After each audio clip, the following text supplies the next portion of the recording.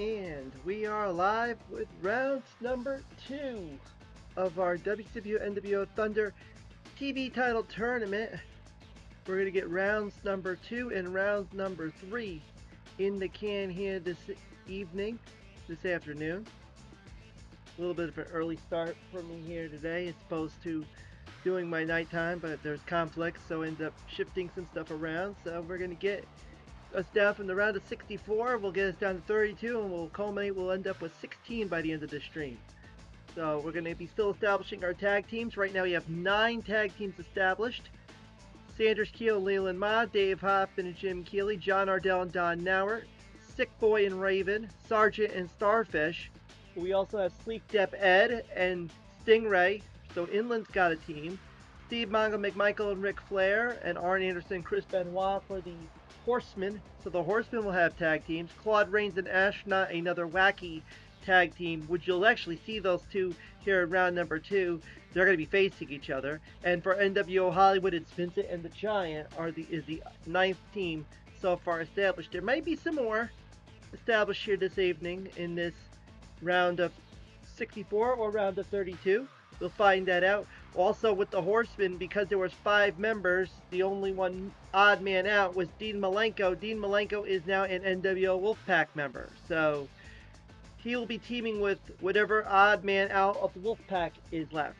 And there's some candidates, so you never know how it can happen. And some of the first round matches you will see will also follow suit. So we're going to go into our round of 64. There's going to be a few that had the first round buys, so we're going to be playing the rants of everybody who's still in competition, because one of them who got a first round buy does have a rant, that being the British Bulldog, we'll be seeing later on. But there are 2 other first round buys, and they're incidentally enough both Inland developers, one of which is Zumi, and here's our first round buy participant, and that is another Inland developer.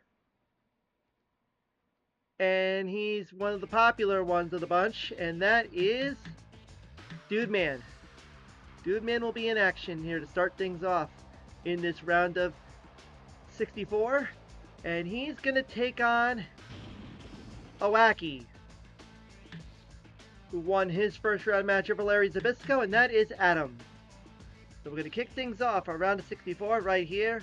Sometimes I'll be on mic, sometimes I'll be muting, but we'll see what happens as we go. Make sure you also see what the chat is going on if you're watching on the side, or if you're watching in Twitch live. Well, nobody's here yet, but hopefully we'll get some folks that'll pop through this afternoon. And if not, you got the VODs to check them out as well. So let's go into it. First round, actually second round, first match, round of 64.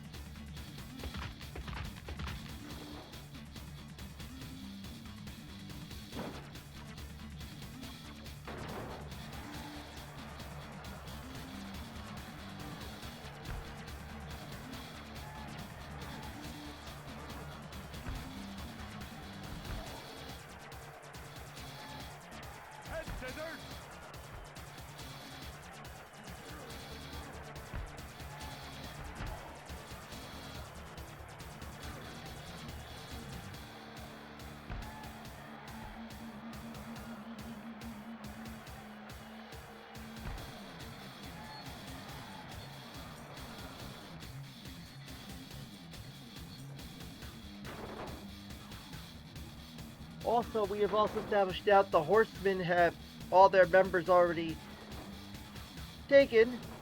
That will also be a group that we will use for any of the main 64 and the first 16 of the back half that could change their factions. We'll just change those as opposed to just putting them in THQ. We might put a couple of wackies or Inland developers into the Horsemen as well to maybe pad things out. And then when other stables happen to form, we could do the same thing. But when we do our tag team establishment video in a few weeks, then none of those wrestlers will be in it, and it will basically be all matches with folks that don't have tag team partners.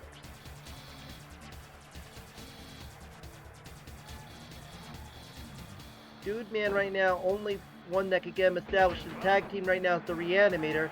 Adam can have a few, so we'll see who Adam will get if he does get in a run-in. But Dude Man's gonna have his work cut out.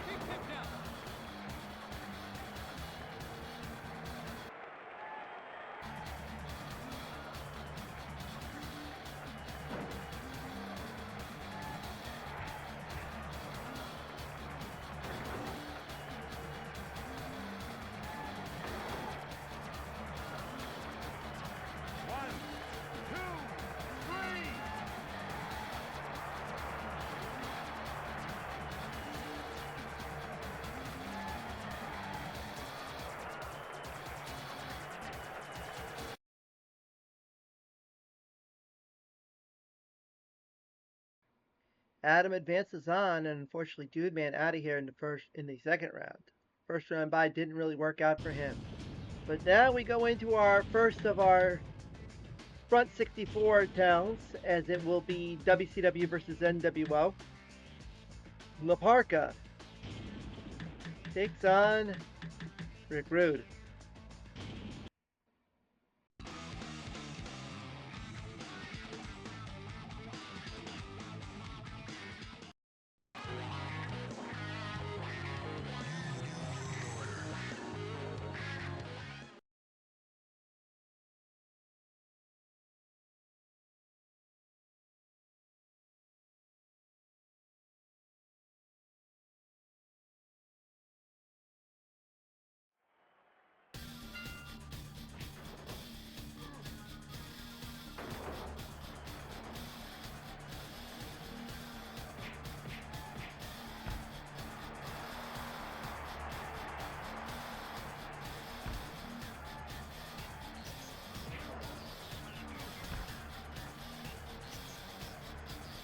La Parka would need a run in from Jimmy Hart, Che, or Tony Schiavone to establish as a tag team.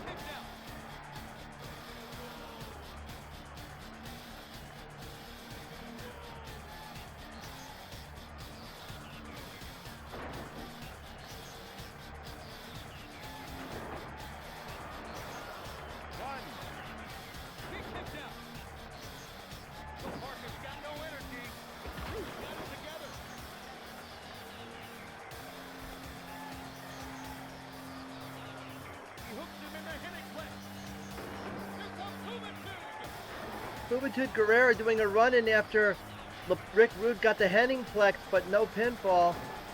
So Juvi's helping out La Parca.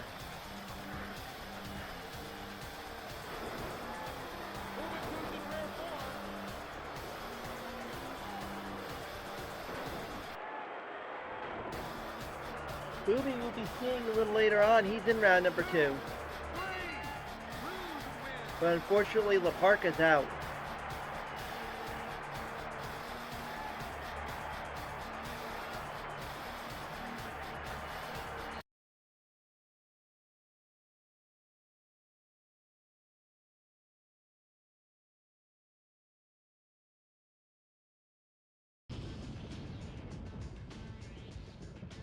So nWo now has someone in the round of 32 in the form of Rick Rude, and well, there's a chance for La Parca to be Juventud's partner. We'll see if he shows up during Juvi's match. But we're going into another nWo member, and he'll be taking on a Nitro girl. But let's first show the nWo member our first rant of the round.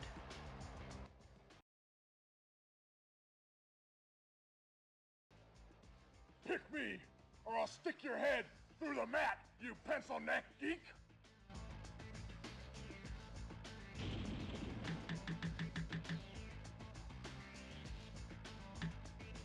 Brian Adams will take on Spice.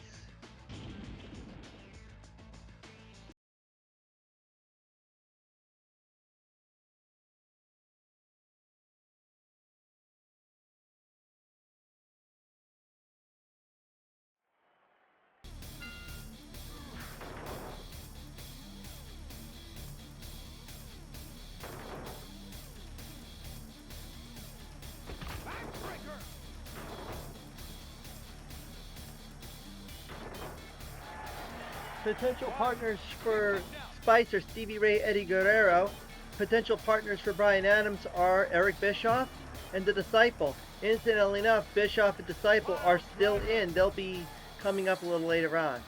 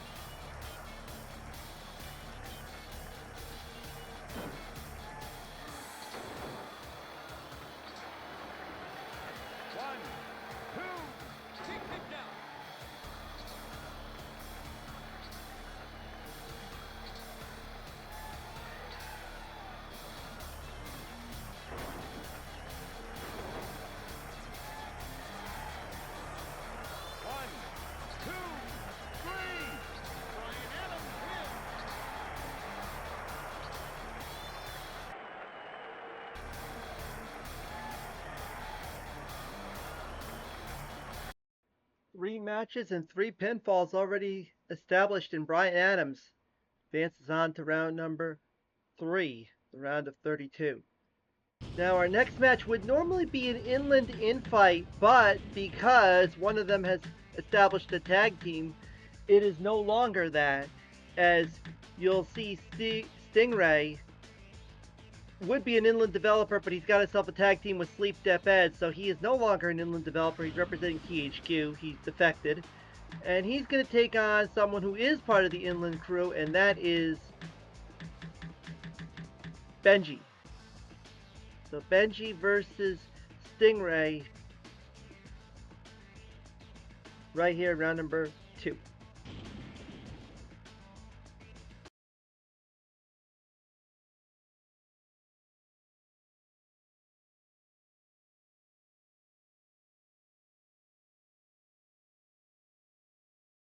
Benji could establish a tag team if Zumi does a run-in. Stingray does not matter, because he's got himself Sleep Deaf Ed. The Frankensteiner! One. He kicked out. Incidentally enough, Sleep Deaf Ed will be coming up. He is in the round of 64 as well. You'll be seeing him soon enough. The Frankensteiner! As we mentioned, Zumi has a first round bye, so he will be also coming up. It should be one of those 3 that got the first round byes. So how it worked out for Dude Man, it didn't work out. Hopefully Zumi can curb that favor and have it not apply to him. We'll talk about that when we get to it.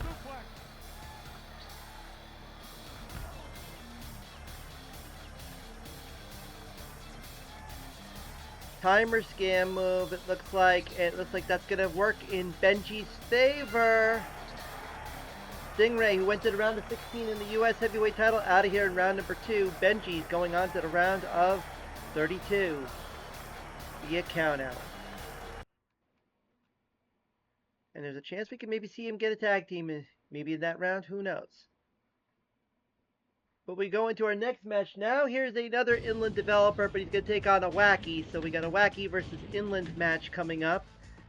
As Robot, who beat Jamie the Learned in round number 1, is going to take on,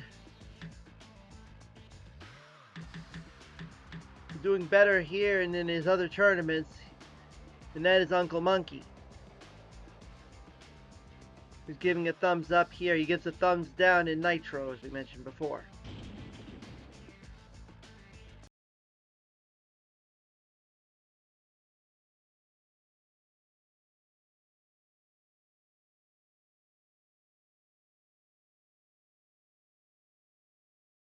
Robot has Bobby and Short Circuit as potential partners if they do a run in here.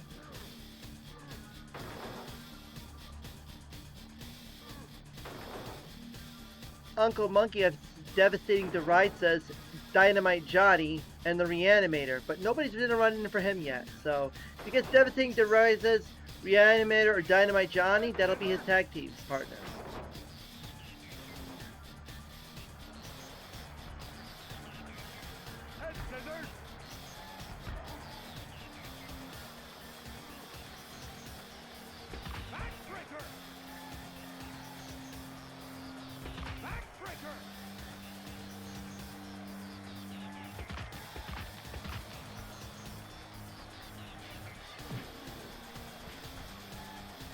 Hey, welcome WrestleDev.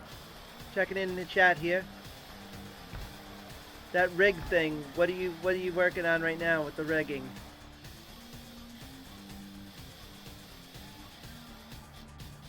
Vertical suplex. Or the ring, I don't know. I'm guessing I don't know if there's a typo or whatnot. Vertical suplex. Ah, okay. One. He kicked out.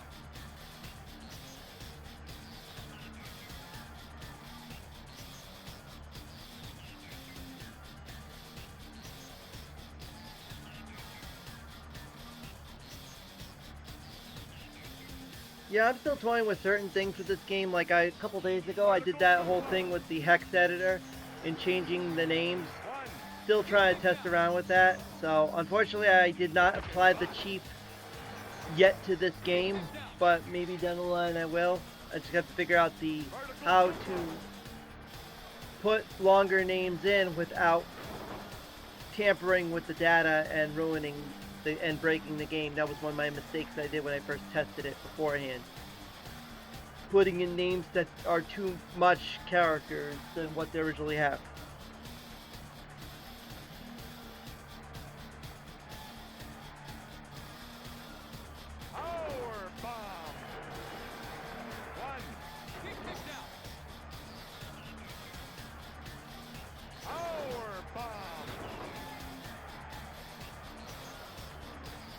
Of course, the big X factor that we have here right now, we have all the inland developers are, will anyone get 5 o'clock Tony?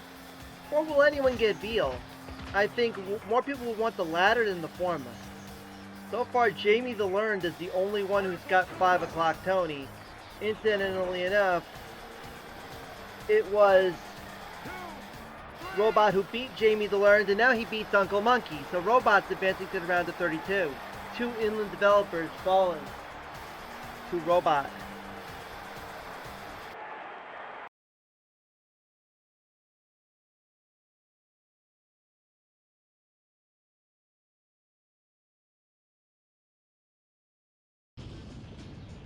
As we continue on, we have another Wacky versus Inland, actually Wacky versus, would be Inland, but now has a tag team partner match.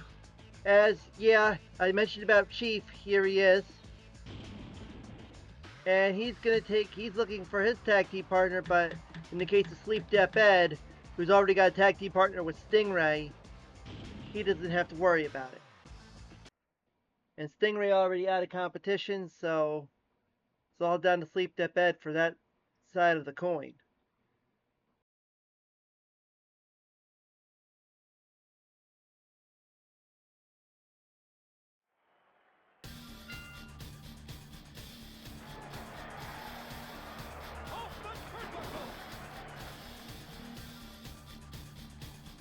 Tiffany Payne's the only Wacky that Chief has done a run-in for. Chief's got himself a few run-ins, though. Folks that helped him out. Cowboy, Short Circuit, Mantis. But hasn't really returned the favor.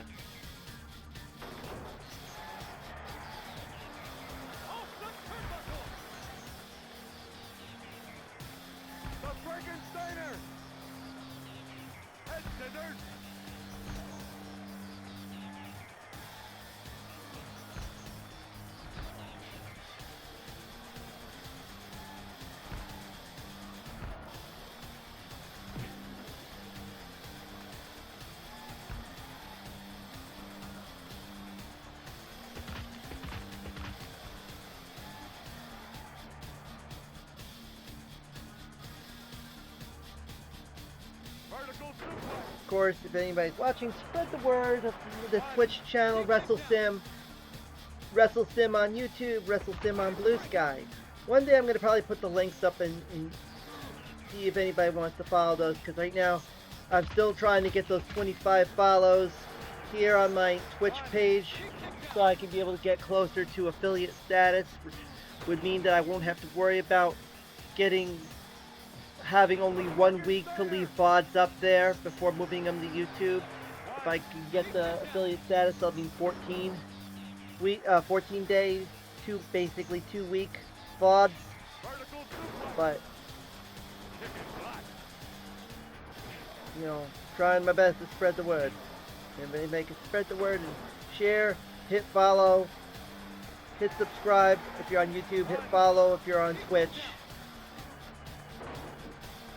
More the merrier. As Chief right now has the edge on Sleep Deaf Ed, but Sleep Deaf Ed's trying to mount a comeback.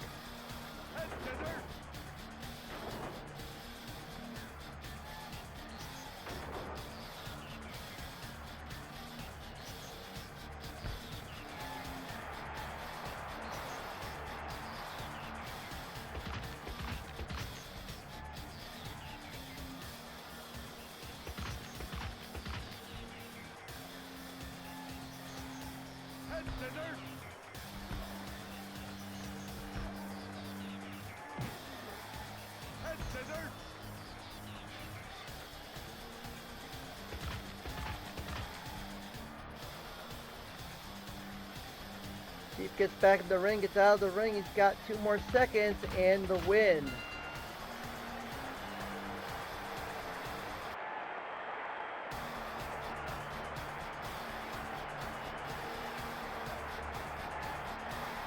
So 2 wins in a row for Wackies in that one. RJ City. Oh yes, a sleep deathbed like RJ City. Yeah, I didn't even think about that. That's a good point. But now we speaking of interviewing personalities, here is our next match. It's a couple of WCW participants, and one of them is Lee Marshall. And Lee Marshall's going to take on this guy.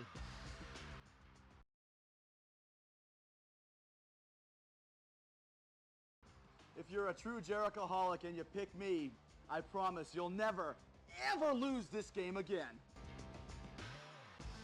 Like I said, this round I have to play the rants here in the second round because we have one who got a bye in the British Bulldog from the first round, so we'll have to play his rant is included. If it was anybody else that wasn't one of the first 32, then I wouldn't be worrying about the rants, but because we got everybody but the Bulldog, we got to do it all again. But after this round, we won't do that. Maybe I'll do it for the opener round 16 like I did with the TV title, with the US title, but who knows. Hopefully, certain wrestlers don't make it that far, but, it's all how the fate of the cards go.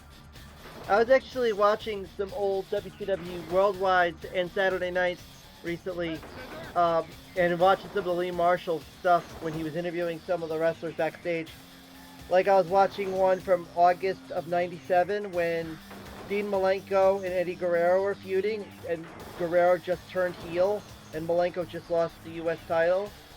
And there was one where Lee Marshall was going to ask Eddie about Dean, and Eddie kept changing the subject and took the mic and started talking to Lee about what's going on in WCW and the nWo and the Steiner brothers and Sting and they were just basically razzing about what's going on in WCW. And then when keep getting off topic, and then Lee tries to say, "What about Malenko?" And then Eddie keeps changing the subject to something else, and you start talking about Sting fault coming from the rafters and the tag team division. And at the end, he's like, "The only thing I have to say is nothing. I'm going to do something about it," and then walks off.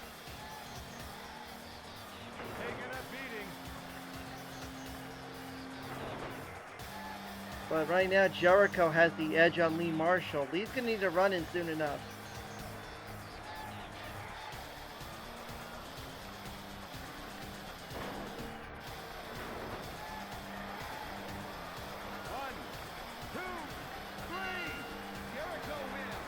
And Jericho advances on to the round of 16. I think it's the farthest that one of the notorious heels of the Melee tournament has went so far. Usually in the past ones, you either go out in round 1 or round number 2, and unfortunately Jericho has broken through that hole and has gone into round of 32. But we go into our next match, which is a couple of wrestlers who are in the main 32 of the game, and they both have rants. I am Ultimo Dragon. 今からゲームやる人よく聞きな。あんたゲームで勝ちたいか？よし、この俺を選んでくれ。絶対に勝つから。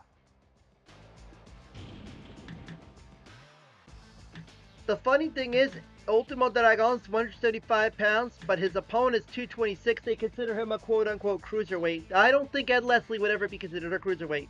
Just saying. But he's got a rant that I always love.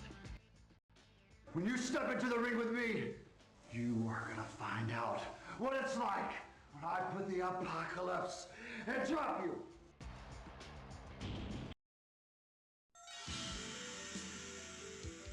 So there's a chance we could have a normal cruiserweight match or Jericho versus the Disciple. We'll see what happens.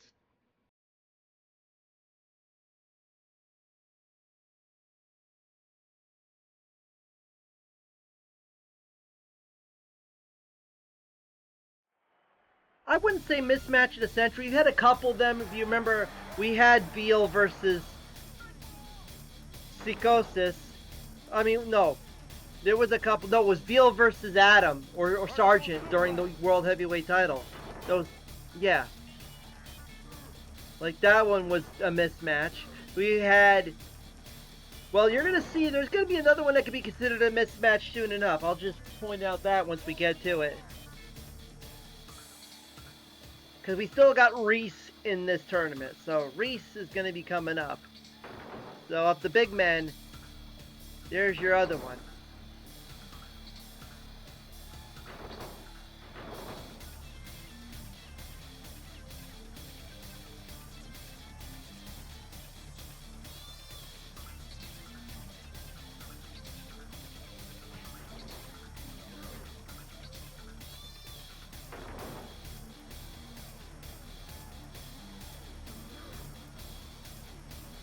Disciples made himself a few run-ins, so there's a potential of getting himself a tag team partner if everything goes to Hoyle.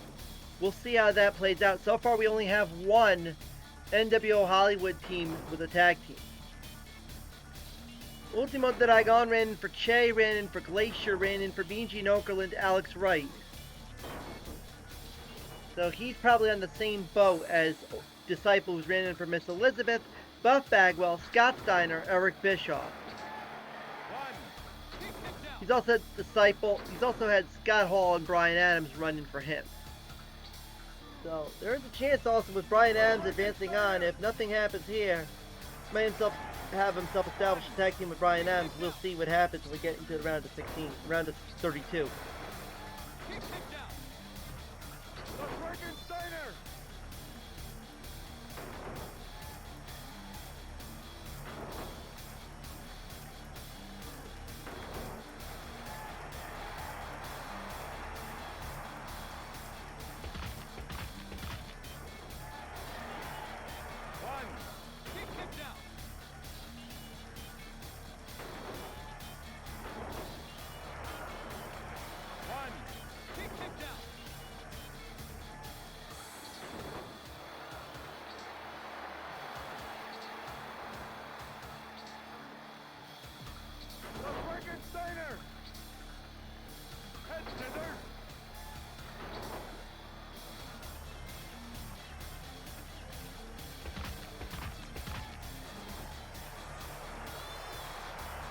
Here comes Chris Jericho to help out Ultimo Dragon. We just saw Jericho win. I think he wants to face Ultimo more than he wants to face Disciple. How ironic is that? And here comes Miss Elizabeth. Do we have ourselves a tag team? Let me go check the notes here. Yes, we do. Miss Elizabeth's Disciple is a tag team now.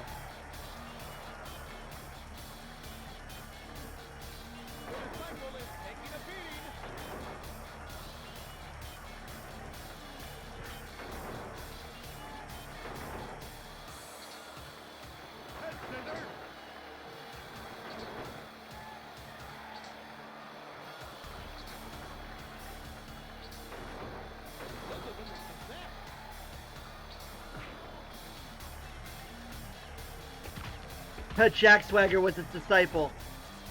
Liz and Booty Man were friends in real life. Yeah, they were. You know, Ed and Liz were definitely friends in real life. So we have ourselves 10 tag teams, and now 2 of them are now nWo Hollywood members. We have Giant and Vincent, and now Disciple and Miss Elizabeth.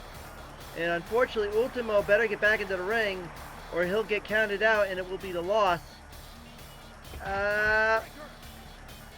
Can he get back in the ring? No, he can't.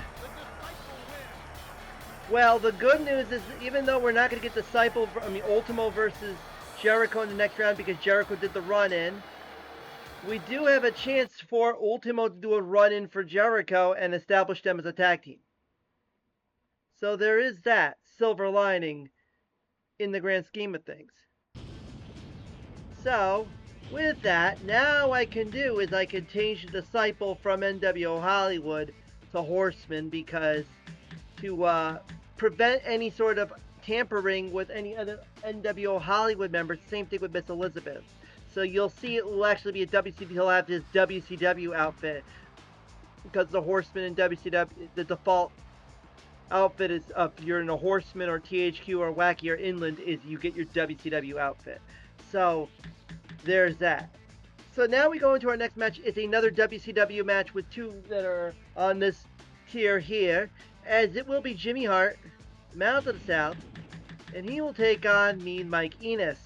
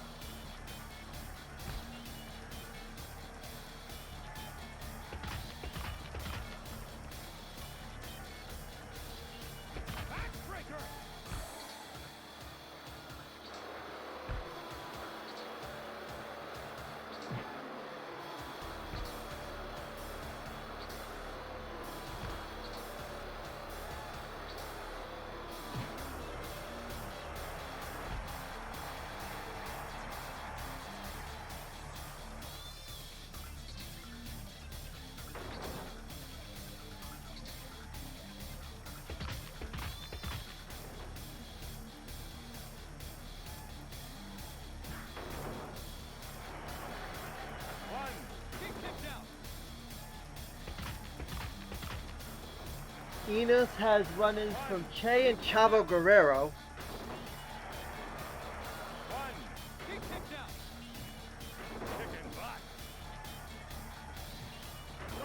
Jimmy Hart's had run-ins from Larry Zbyszko and Bobby Heenan. Could we see our first WCW tag team? We do not have any WCW or nWo Wolfpack tag teams. There's a chance we could get an nWo Wolfpack tag team. There's an interesting story on that, which we'll tell you about soon enough.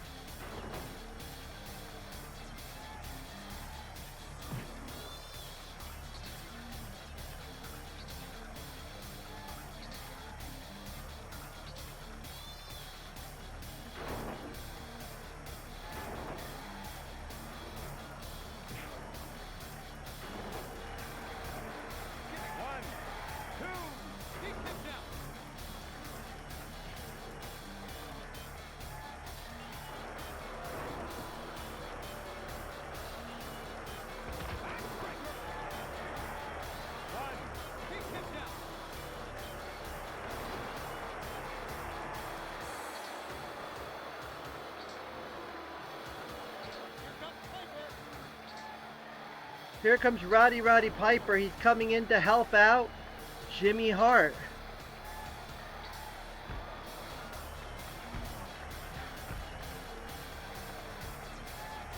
The chair, after getting thrown by Piper, took a while to hit Enos there.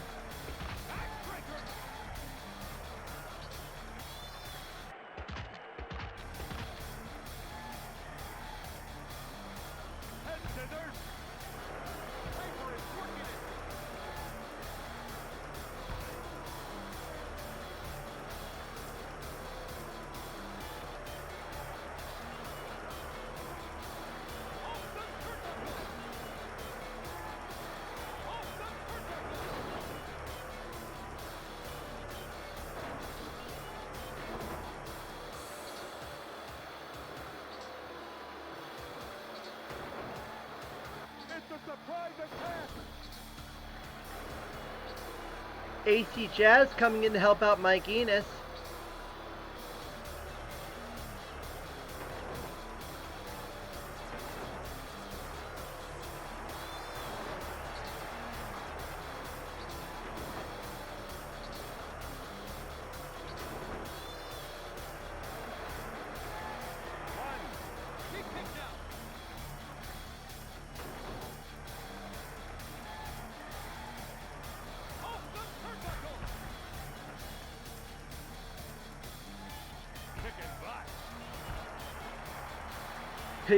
He had to run off and chew bubble gum.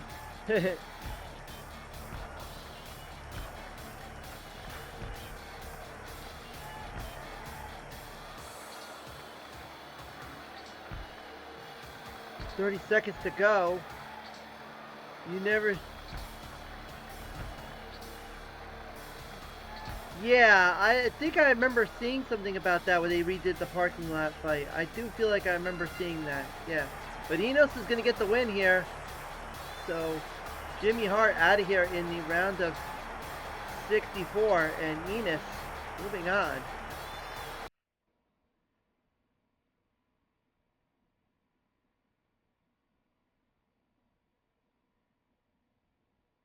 As that will lead us to our next match with someone else who's already got himself a tag team already established. It went to the round of 4 in the U.S. Heavyweight Title Tournament. Steve Mongo McMichael, who we know he's teamed with Ric Flair, but someone who he's going to be facing a Wacky who's could get himself a tag team partner at any point. DJ Tatsujin, this is one of his favorites, and I'm hoping he'll be able to watch this and check this out and cheer on the ever popular Hoof-Hearted. Hoof-Hearted, if you remember, in the World Heavyweight Title Tournament, made a couple of run-ins right off the bat when he ran in for Bobby and Arjun Varj. And also ran in for Gorilla. So who knows how things could play out if Hoof-Hearted could get himself the proper tag team partner. Mongo, already, as we said, already has himself a tag team partner. He got it in the last round thanks to Ric Flair. Power bomb. One. Kicked out. Basically, the 96-97 Horsemen has established their tag team.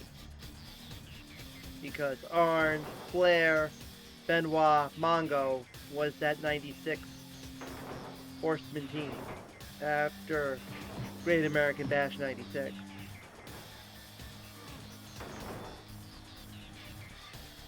With Jeff Jarrett, who was trying to get in as a Horseman, it didn't work out for him. He was never really a Horseman.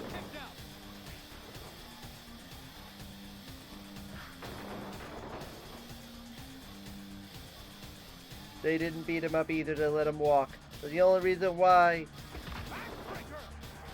you're getting to leave the way you did is because Deborah liked the fact that he was the U.S. Heavyweight Champion.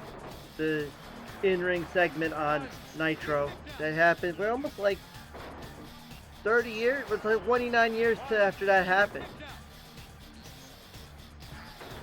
Also, like, we're almost 29 years to the date when Mongo won the U.S. title from, I believe it was from Jarrett on the last Clash of the Champions.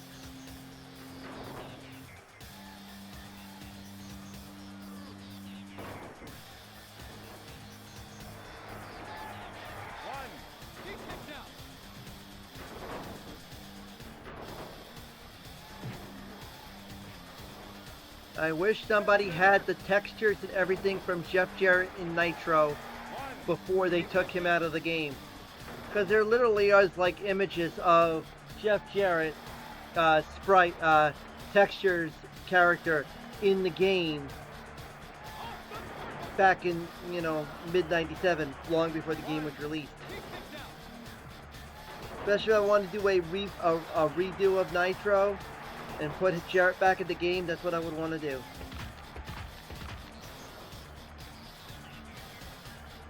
Is Hoof and the Horseman? Sadly, no.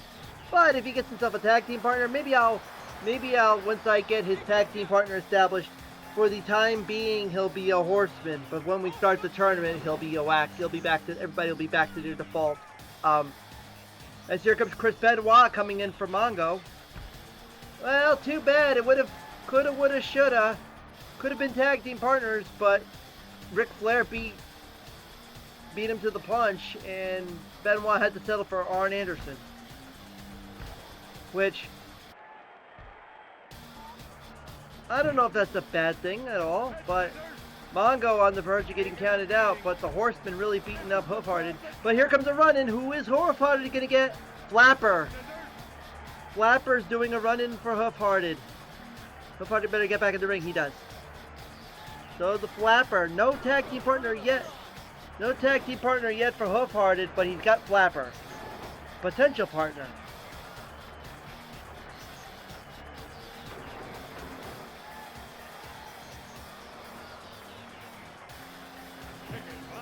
Flapper is also still in competition. We'll be seeing her in a little bit. So there's a chance if Hoof-Hearted could do a run-in for Flapper during her match, establish himself a tag team. But now if Hoof-Hearted and Flapper can wear down Mongo, might be the best thing that could happen.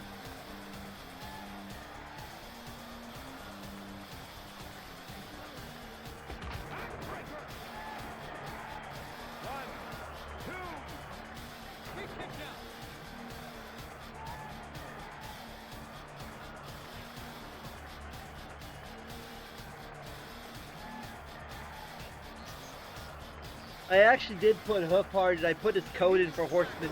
As there's the tackle, that's going to be a three-pointer. If he gets the pin, he does. McMichael gets 3 points for using his football tackle to get the victory. Football tackle followed by a pin. Unfortunately, Hoof-Hearted out of here. Sorry, DJ Tatsujin and the rest of the fans out there who want to see Hoof-Hearted win. The Glue World Order. Yeah, we need like the the glue factory worker that's in the Horsey game. You know, we need him there as well. Somebody can make him, the glue factory worker from the Horsey game. Yeah, the test of strength with the flapper in the background should be the VOD thumbnail. Hey, if you can get the thing, get it. Like, I usually use the VOD, my thumbnail is usually, maybe I could try to toy with that when I put it together. So we'll see how that plays out. So now we're going to our next match. It will be another WCW versus Wacky matchup, as Chavo Guerrero Jr. is going to be in action. And Chavo is going to face Short Circuit. Chavo, who beat Ric Flair in round number 1 in a rematch of their U.S.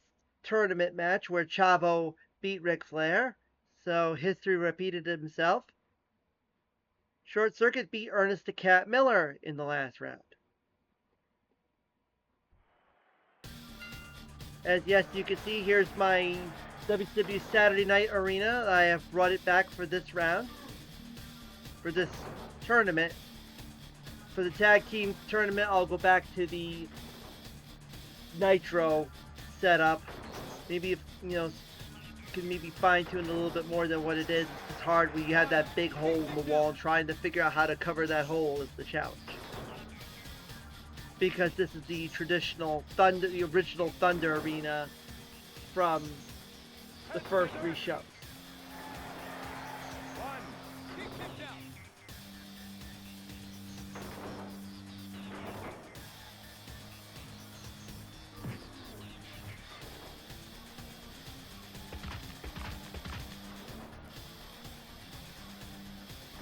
Short Circuit has done run-ins for Bobby, Crush Depth, and the Chief. Chavo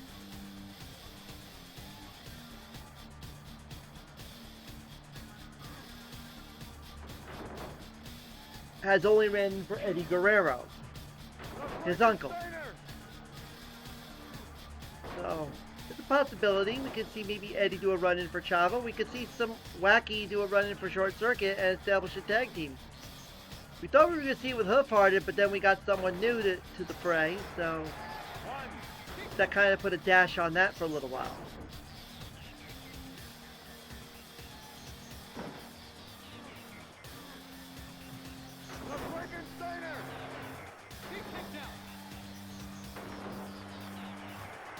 I'll never forget Aaron Plasma talking about how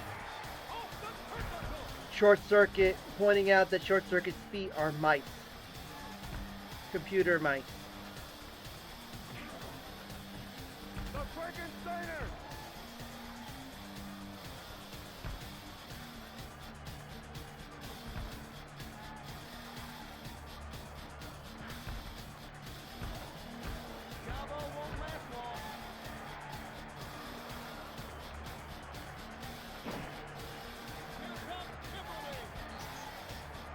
Here comes Kimberly Page to help out Chavo, but it may be too late because Chavo's about to get counted out.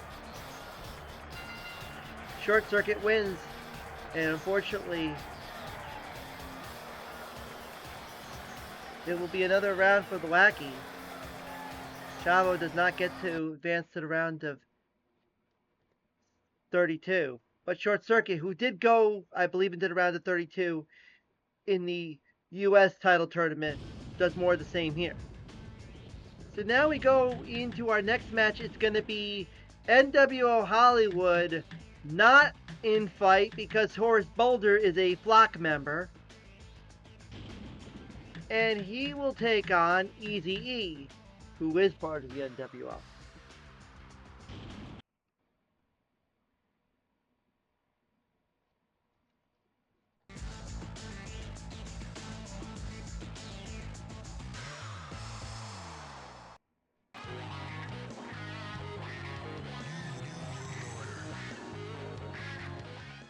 Horace has done run-ins for Van Hammer and for Reese.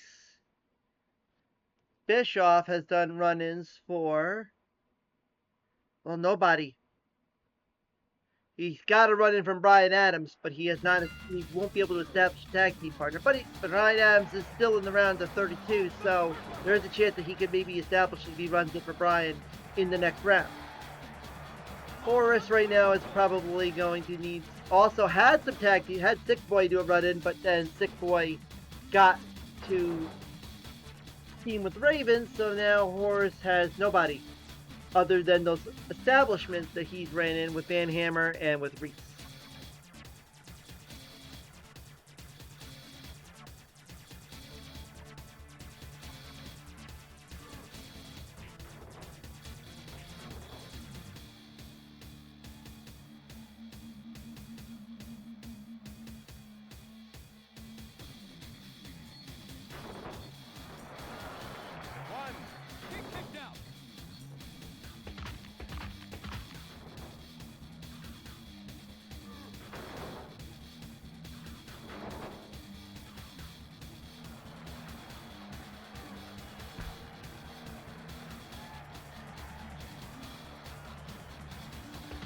As we're nearing halfway through this round, we're actually like a third of the way, I believe, through or so.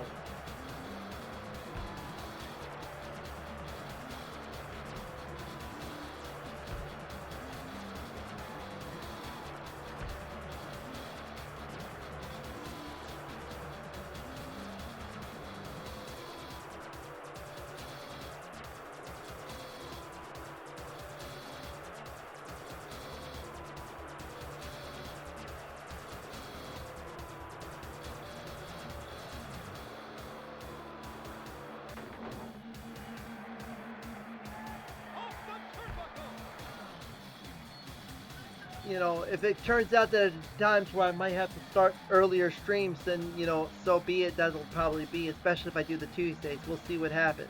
Because Tuesdays are my normal stream days. I've kind of established it. I originally thought there was going to be a chance I was going to get an extra day to do it, but then things were kind of, wires were crossed, and we ended up not being able to do it, and so defaulted back to this. So, you know, especially with these next few weeks, that might be a little busy for me, a couple of them, so I may have to try to shift it around if I need to shift around doing my lives. If you're watching this on YouTube, that doesn't really mean anything. The YouTube VODs will always go up at midnight. I always schedule them at midnight a week after I stream. So, even when the before the Twitch video goes away, you got both. You may have both for a little while, and then eventually go to the YouTube video.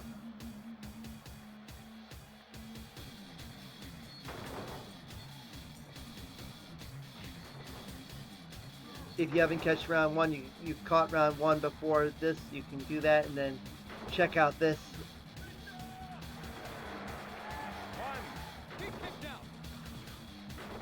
Try to do three-parters here.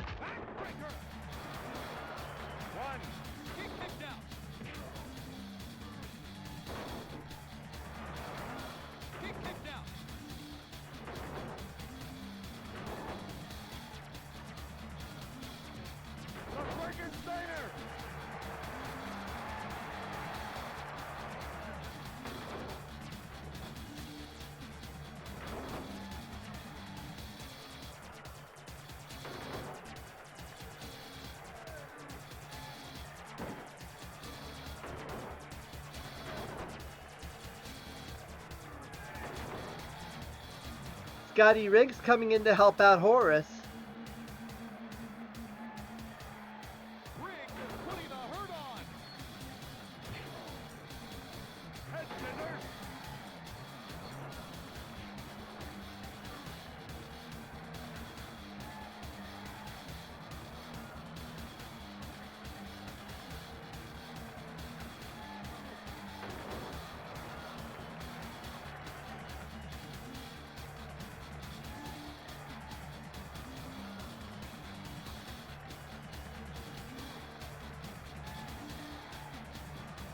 The Frankensteiner.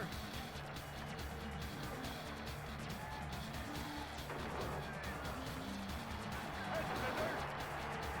This job won't last much longer. Horace wins. New World Order.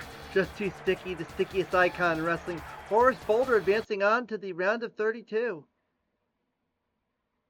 Thanks to Scotty Riggs. So the flock has a member in the next round. Now we go into our next match, and this is a normal cruiserweight match. nWo. Rey Mysterio Jr. And this is actually a cruiserweight in-flight WCW style. Let's take on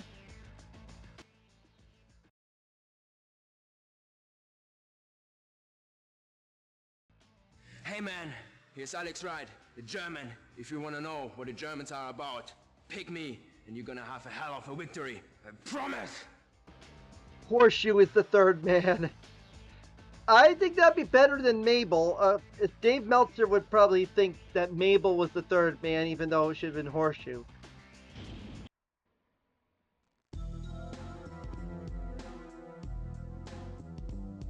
Yeah, I know.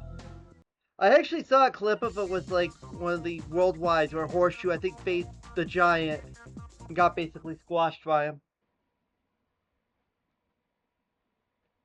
There's like a couple episodes of Worldwide I'm surprised have not been posted anywhere, have not been shown anywhere, and I could swear I've seen them, and it stands out to me like a sore thumb. One of them had a Giant squash match to kick off the show. I don't remember who it was against, but it had that. It had a Glacier match. It had Psychosis versus Little Dragon, aka Dragon Kid. The Frankensteiner.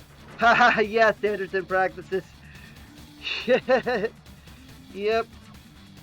Typical WCW Turner. You know, especially with TBS and with when they would do Worldwide on syndication.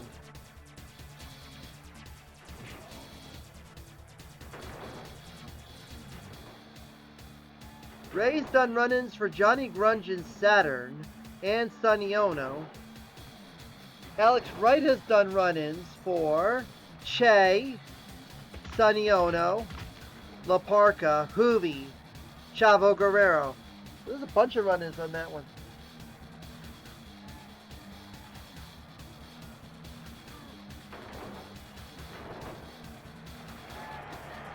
One. Deep kick down. Backbreaker. One. Deep kick down.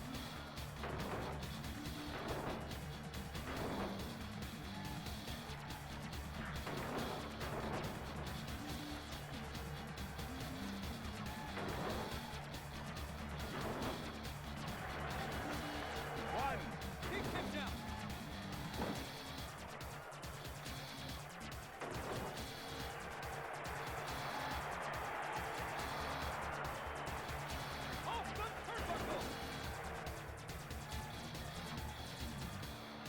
Backbreaker. One. Deep kick down. One. Deep kick down.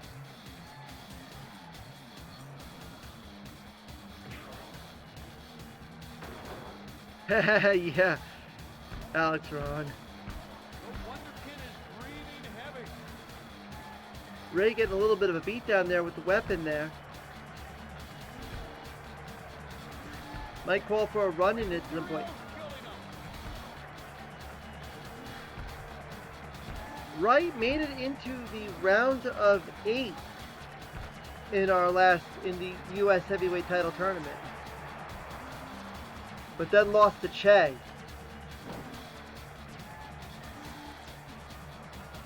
Alex hoping to have better luck here in the TV title tournament.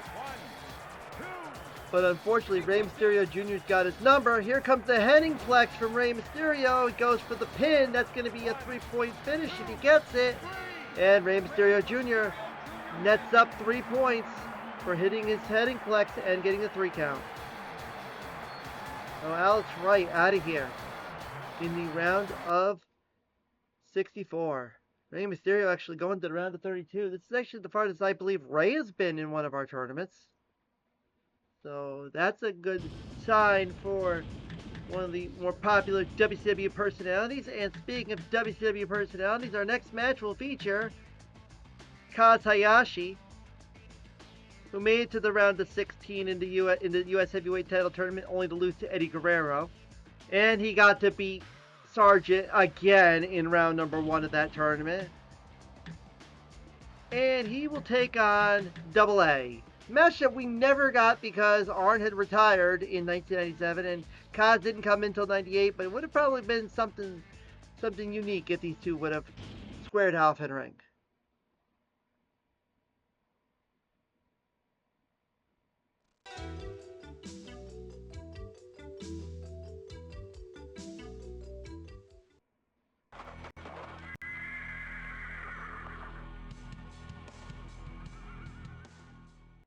Incidentally enough, I also pointed out about Sargent. Sargent is actually still here in the round of 64. We'll be seeing Sargent momentarily as well. Maybe there's a chance we might get those two in a future round. There's a lot of work that would have to be done to get them to cross paths. We'll say that. Especially if I looking at the challenge bracket, which you can see the link. You see the address above, the challenge link right up here at the top.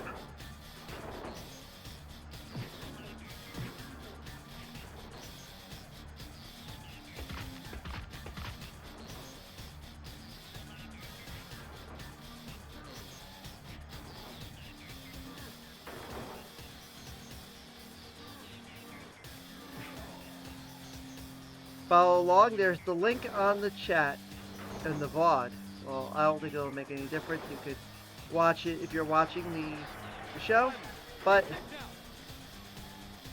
there you go. If you're watching in the chat, in the VOD here, you'll have your link. It's showing up right there. I got to figure out how to. I'll probably pin it at the top. That's what I'm going to do. I'll pin it up there. And there you go.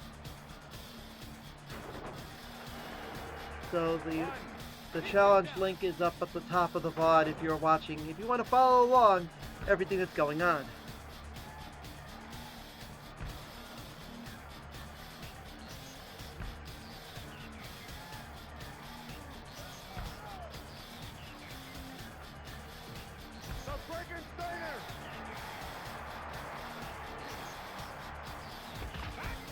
Like now, Arn Anderson's been known for having a lot of the. As here comes Stevie Ray to help out Kaz Hayashi.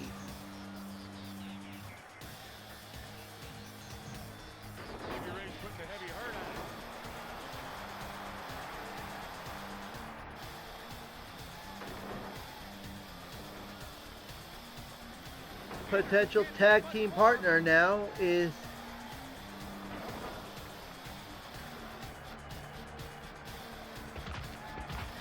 now Stevie Ray could add himself to the list of potential tag team partners for Kaz Hayashi. Arn Anderson's already got himself a tag team partner from Chris Benoit, so it will not matter for him. Dick dancers, yes, that's the line. The not about watching Dark Side of the Ring. It's either Dick Dancer. That's his. 5 years ago we got the Glock promo on Dynamite. Now this time we got him talking about Renegade being a dick dancer.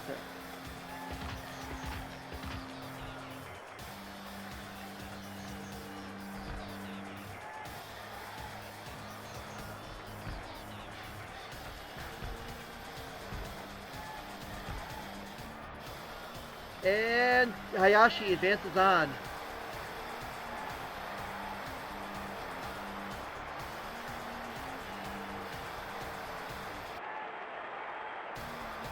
So our next round for for Hayashi, it's going to be a cruiserweight match, which you'll see him and Mysterio. Little heads up on that. So we get another cruiserweight match with with Rey Mysterio, two of them in a row. So we'll see what happens there. Okay, yeah, you could maybe you could like send it to me on like Blue Sky or whatnot. You could do it there, but I can't really check the Blue Sky right now. But yeah, let me know when there. But we go into our next match, and this will be a nWo Wolfpack infight. Guaranteeing an nWo Wolfpack member will be in the round of 32, and maybe a potential tag team could be established, or maybe two, that could probably close out the Wolfpack if everything goes to Hoyle. I'm Lex Luger. They call me the total package. You know why? Because I'm the finest physical specimen on the planet Earth today. You got the guts to take me on? Lex Luger will take on... This is the Stinger, and I'm in the mood for handing out more than just one Stinger death drop. Okay, yeah, you could send it to me, later or whatnot, if you can. Yeah, I got your little screen cap here too. That's cool stuff.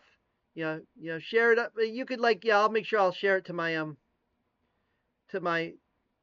repost it to my Blue Sky. I did just that.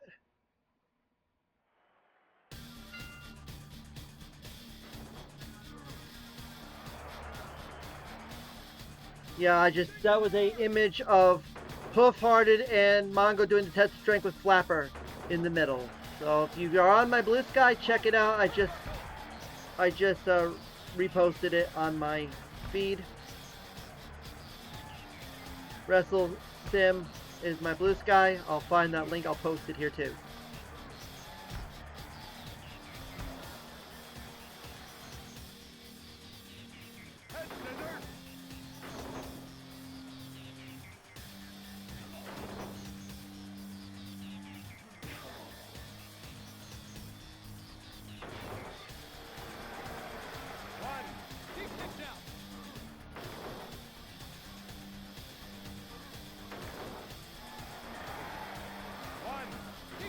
There's your link. If you are watching on the VOD, you can see my Blue Sky page. That's where I'll have all my updates and info and all the news of what my videos and my VODs and any upcoming events. You could follow that.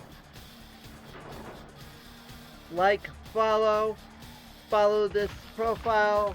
We can get some more followers here. It will definitely help in the grand scheme of things. I can get myself, if I get 25 followers, that will automatically mean that I will get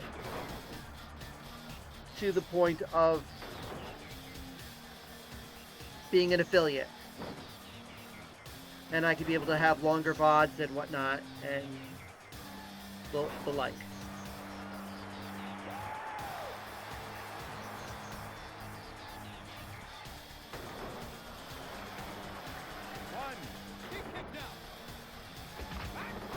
Sting has done run-ins for Conan and Kevin Nash, and also Luger, but he's wrestling Luger now, so it will not count. And Luger has done run-ins for Conan. Well, actually, here comes Dean Malenko, and Dean Malenko is helping out Lex Luger. So now Lex Luger will not get a tag team partner yet, because he's got Dean Malenko now helping him out.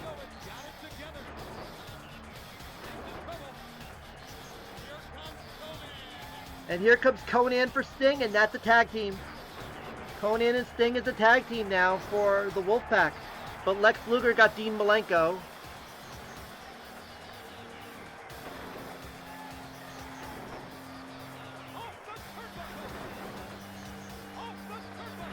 So that will mean we have now our first Wolfpack tag team. Pump body bags, yeah. Good point on that.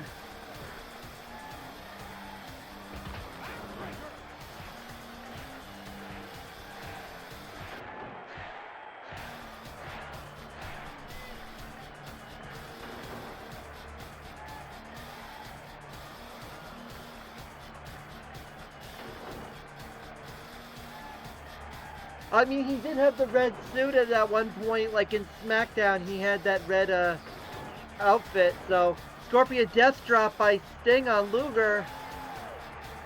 Sting's trying to come back to try to stop Luger from winning.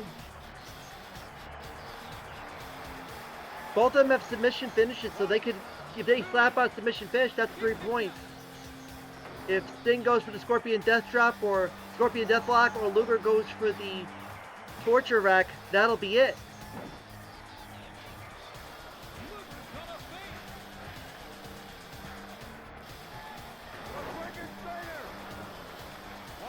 Could this be it for Luger? Nope, not yet.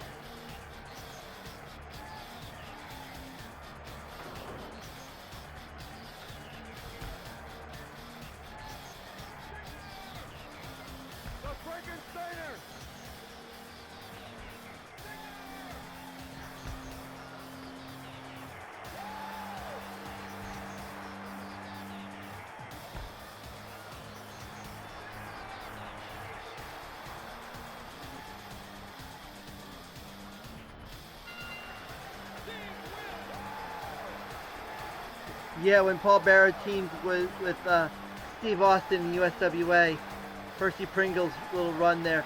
Stinger advancing on to the round of 632, and unfortunately we won't know who Lex Luger's tag team partner is going to be because, well,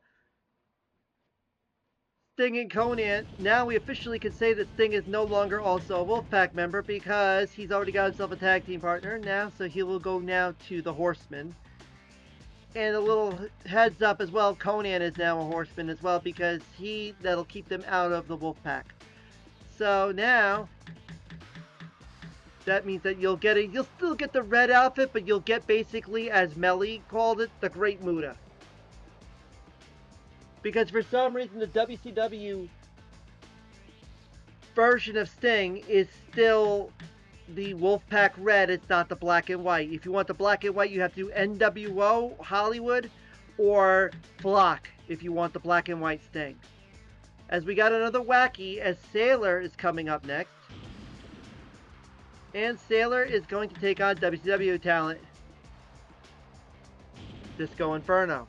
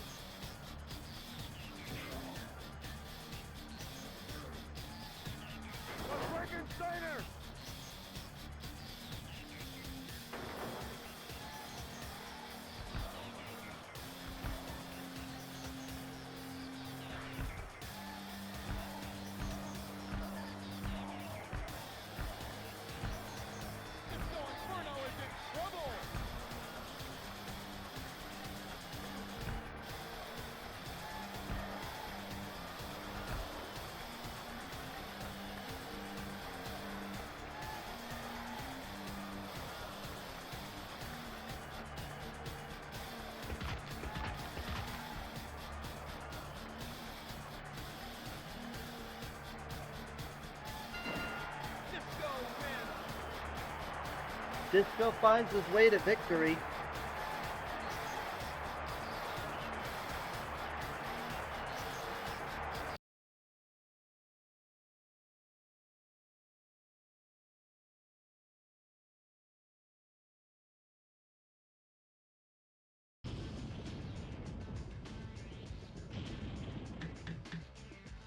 Thought Sailor would get the win there, but he had a chance, but then got counted out. But now we go into our next match with our second participant who had a first round bye, and he went far in the world title tournament. That is Zumi.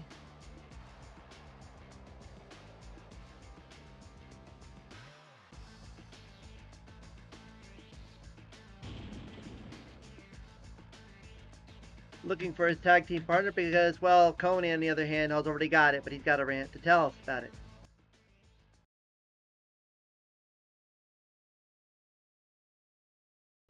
Orale, arriba la raza. Bowdy and rowdy. Black and red Wolfpack represented by the KONNAN. Yo soy el campeón mexicano, yo soy el campeón de todos los latinos.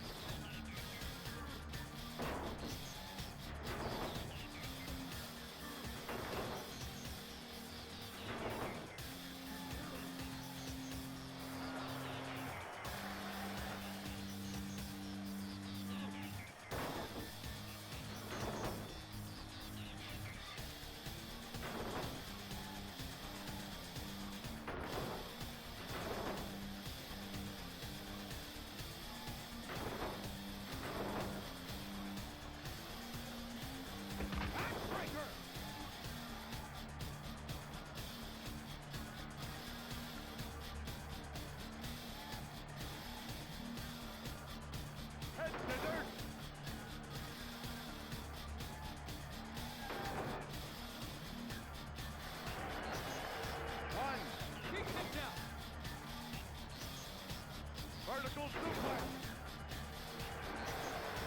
One. He kicked out.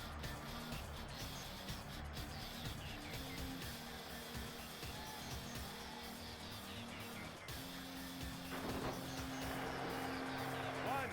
He kicked out.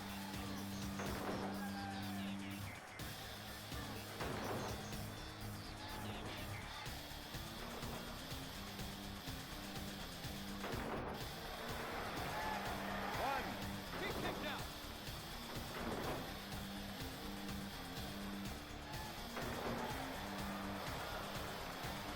Off the turnbuckle.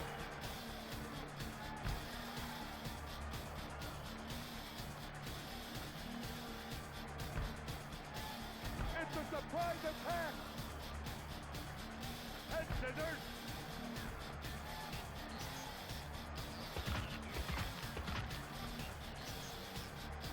Backbreaker. Chicken box. Conan's got no energy.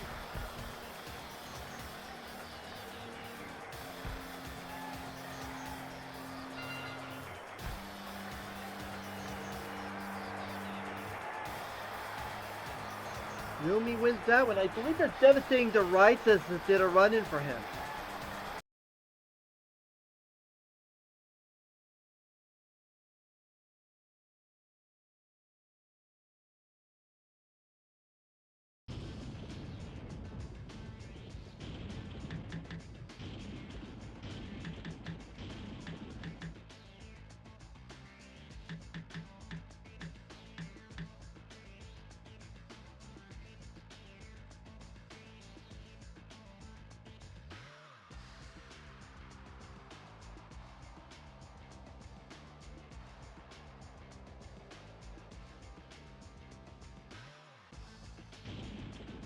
Next match will also feature an inland developer. In Wrestling Matt, he could take on someone who's already got himself a tag team in one of the wackies, and that is Sargent, who's got a tag team with Starfish. So it's not really a wacky match here, but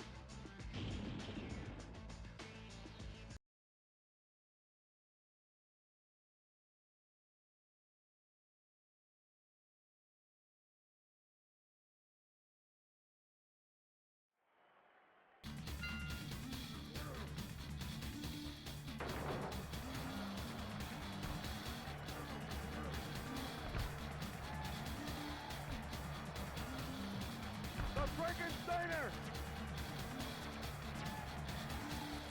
Pile driver!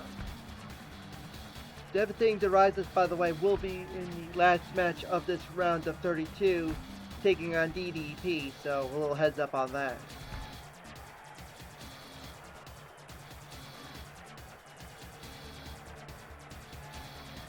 Power bomb!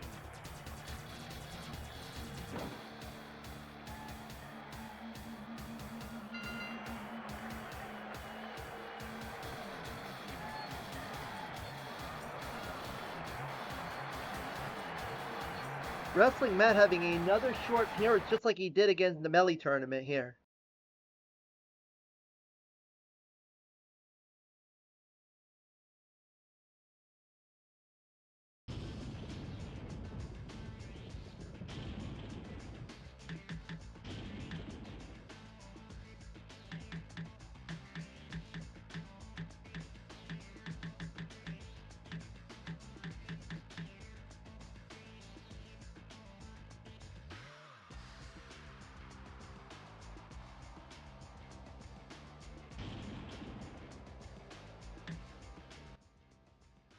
What are you looking at? Are you gonna pick me or not? Because we all know I can wrestle rings around the competition.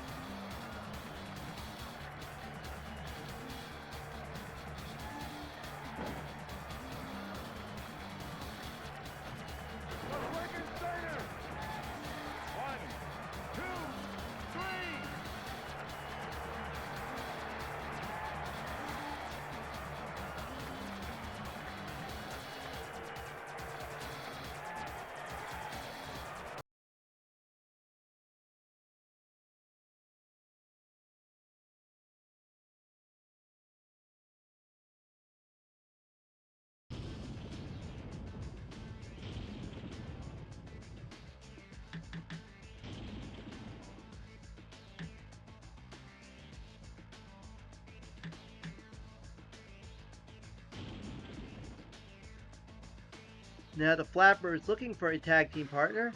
Is going to face someone who's already got himself a tag team partner in the form of Sick Boy.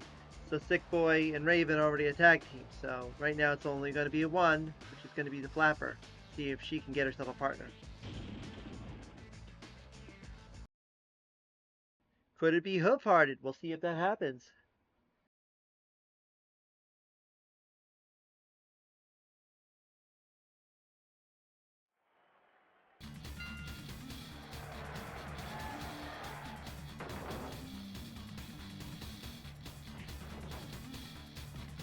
The Frankensteiner! One. He kicked out. Backbreaker!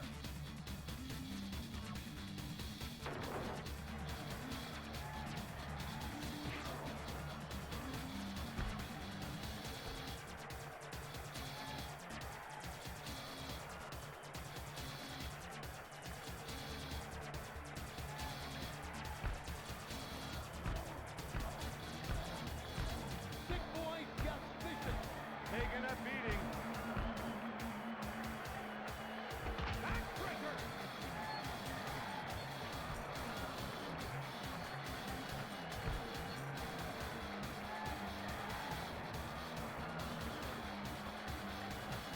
The Frankensteiner! Okay, thanks for stopping by, WrestleDev. Look forward, catch the VOD when it's done, when it goes up on Twitch. You can see the rest of what happens of the round of 64 and going into the round of 32. Thank you for checking in. Spread the word though. Get some more folks to come through and interact with us here on Twitch and help grow my page and get more followers. Thank you as always for checking in. Powerbomb!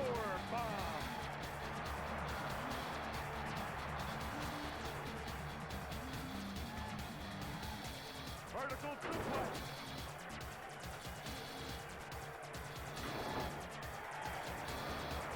One. He kicked out.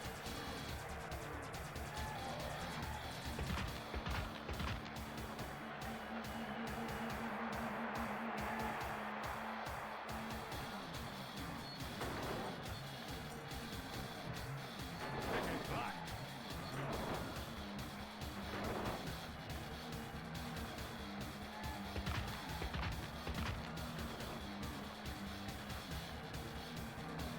Head to dirt.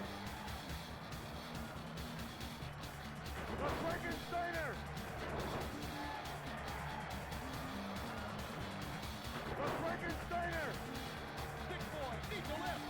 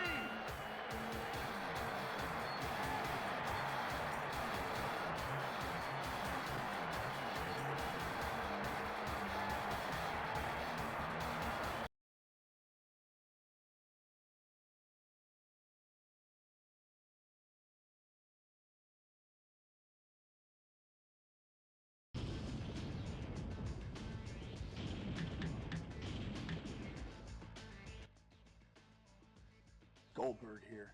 If you pick me, you'll find out who's next. Ah!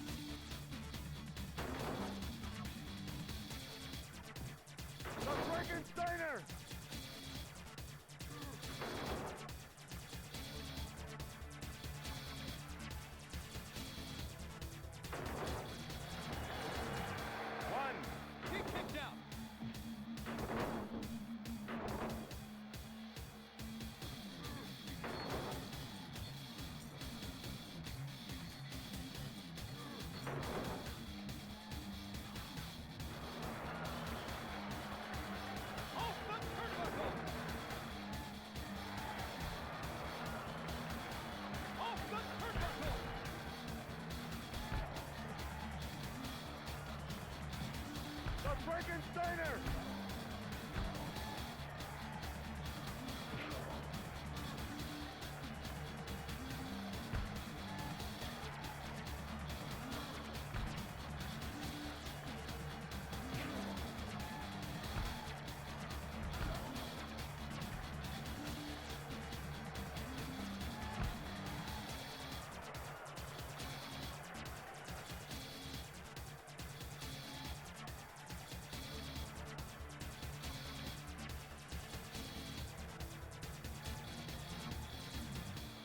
Power bomb! The Frankensteiner!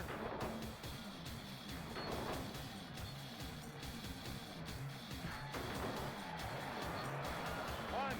He kicked out. Backbreaker. One. He kicked out.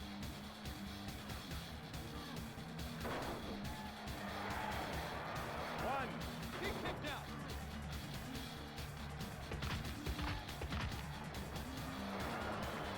One. He kicked out.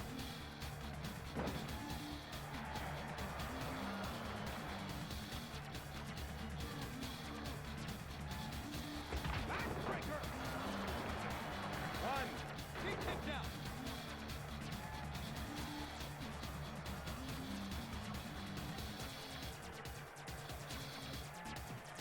The Frankensteiner.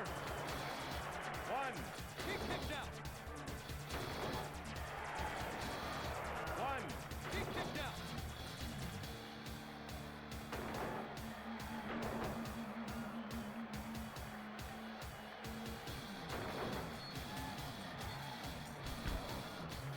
Here comes the giant!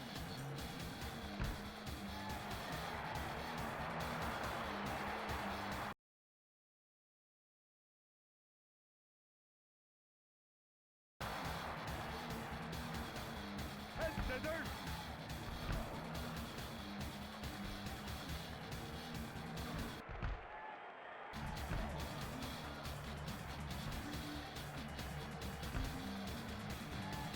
The Frankensteiner!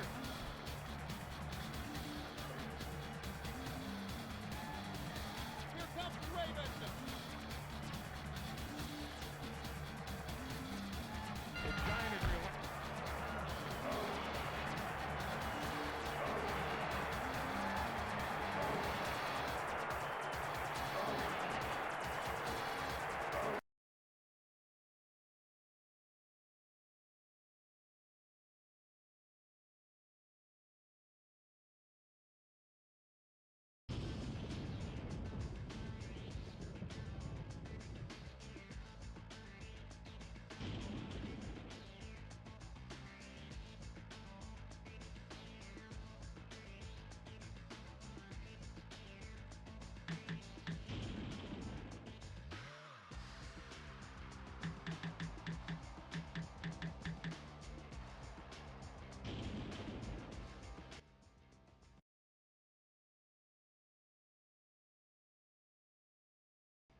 You know, I tricked you before, I'm gonna trick you again, but this time, the torture is gonna last longer on the Hollywood Walk of Shame.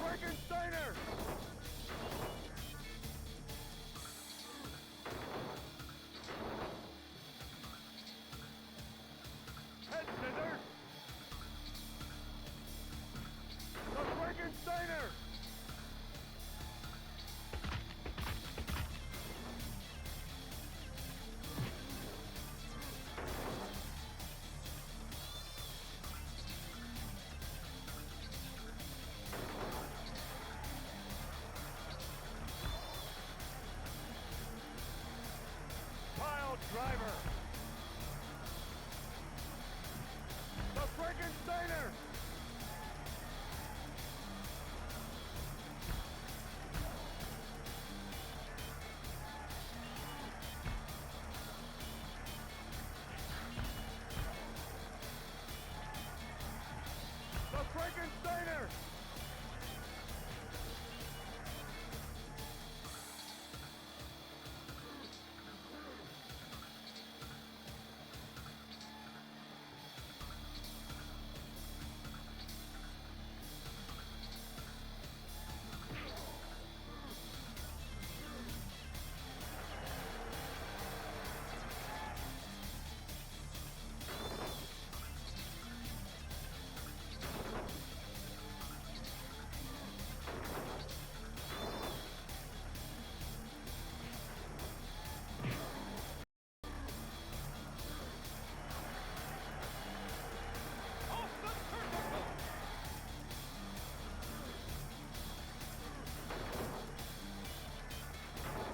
So hopefully Johnny Baghead is probably watching this video, or he's catch this video, knowing that Lodi just got his revenge on Hollywood Hogan and is advancing to the round of 32.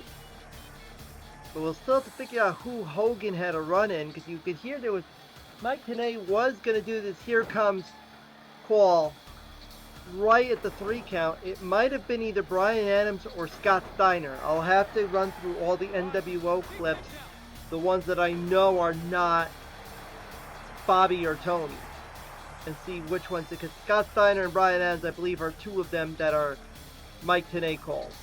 Mike has a few calls in this game, so that is one thing that is noticeable here. Particularly for the Flock members and the nWo Hollywood members. Those are standouts. Steve McMichael as well for the Horsemen. I believe he did the Mongo call.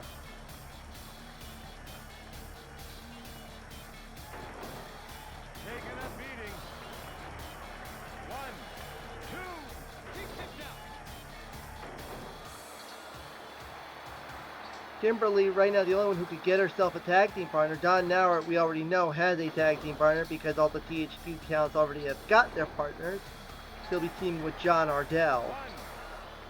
Kimberly's potential partners can be Larry Zbyszko, Psychosis, Alex Wright, Juventud Guerrero, Chavo Guerrero, Eddie Guerrero. So there's several she could get, provided she gets weakened down a little bit more. As here's John Ardell coming in to help Don Nauert, tag team partner, helping out tag team partner.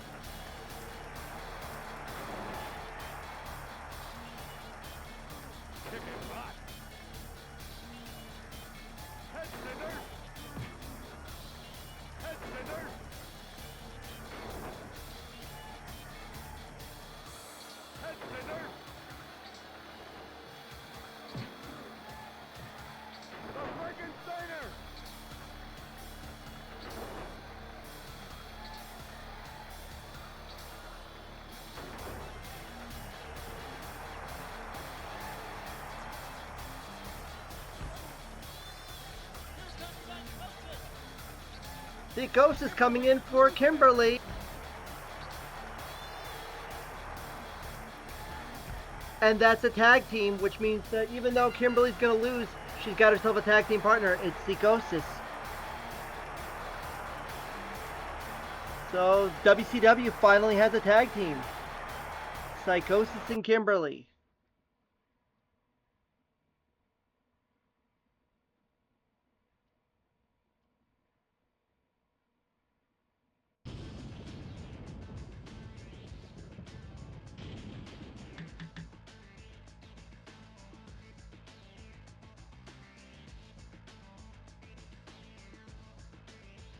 Don Nauert advances on to the round of 16, round of 32, as now Psychosis and Kimberly are a tag team. But speaking of WCW, here is a normal WCW match coming up, and here's the reason why we're doing the rants, because this guy got a first round bye. You think you can stand up to the challenge of the British Bulldog, the strongest wrestler in the WCW? Well, come on, step in the ring with me, and I'll take a bite out of you.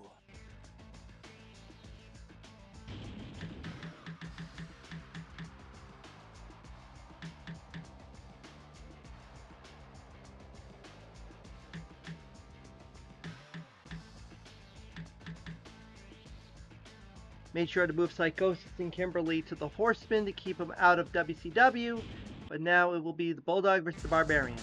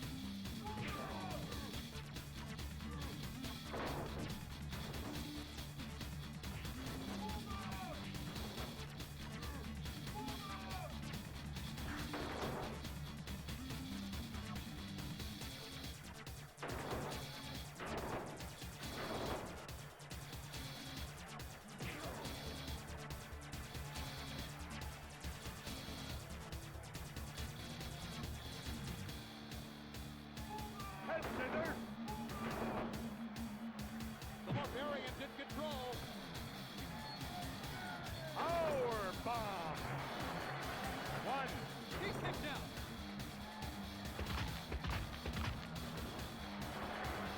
He's kicked out.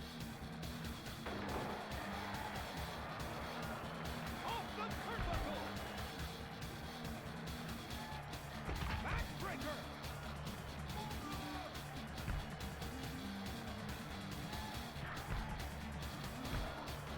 The Bulldog needs a break.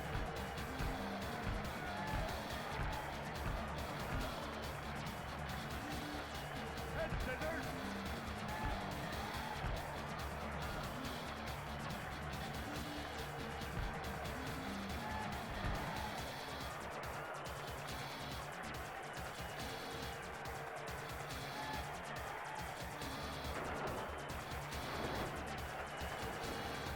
One, two, three.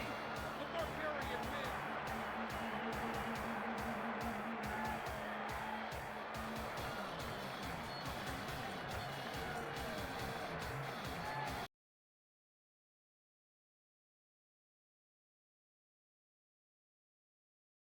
Kaz Hayashi tried to do a run in for the Bulldog. It didn't work. The Barbarian advances on to the round of 32. We talked about Iron Mike Tenay wondering about a voice qual of him. Well, he's going to wrestle now. And he's going to take on a Wacky in the form of Chrome Dome.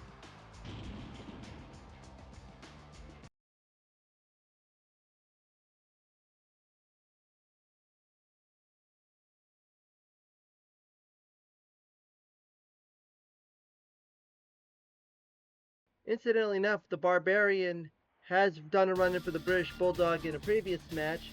Well, there's a chance that with Barbarian being in the round of 32, that maybe we'll get the British Bulldog do a run-in for him in his next round match.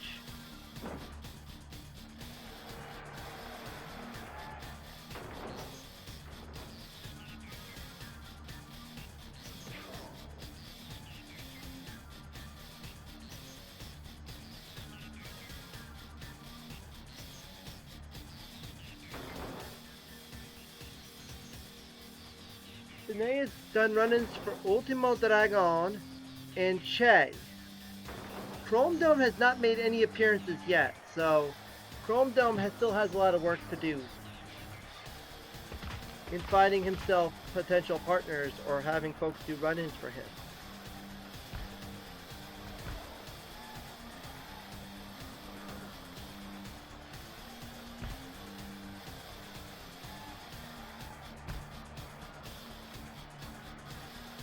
Head scissors.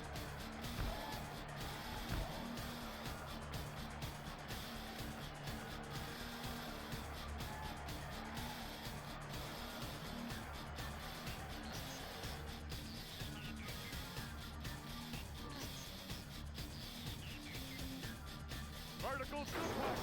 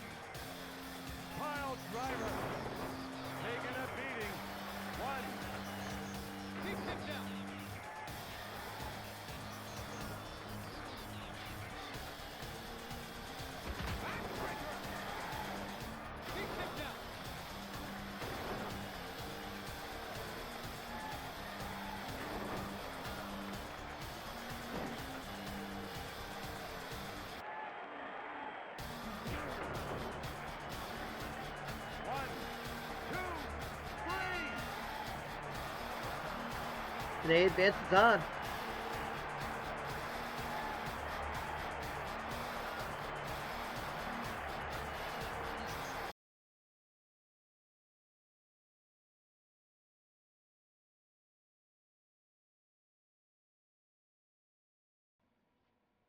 As we go into our next match, and it's another normal cruiserweight match. Hoobie takes on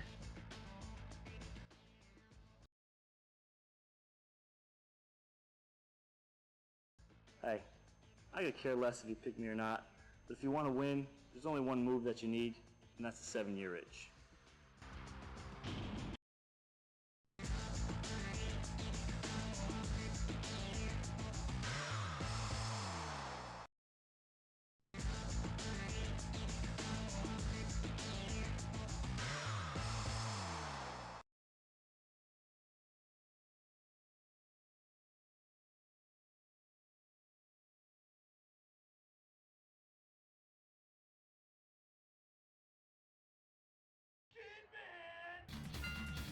Hoobie's done run-ins for La Parka and Roddy Piper.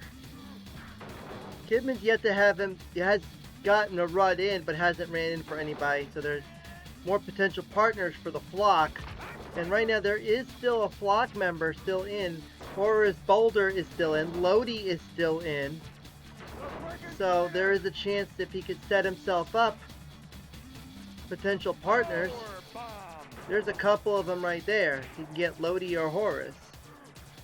And Reese also still coming up too. So there's also Reese. So the flock does have some representation here in this tournament here in the round of 64 and now in the round of 32 with Horace and Lodi advancing on.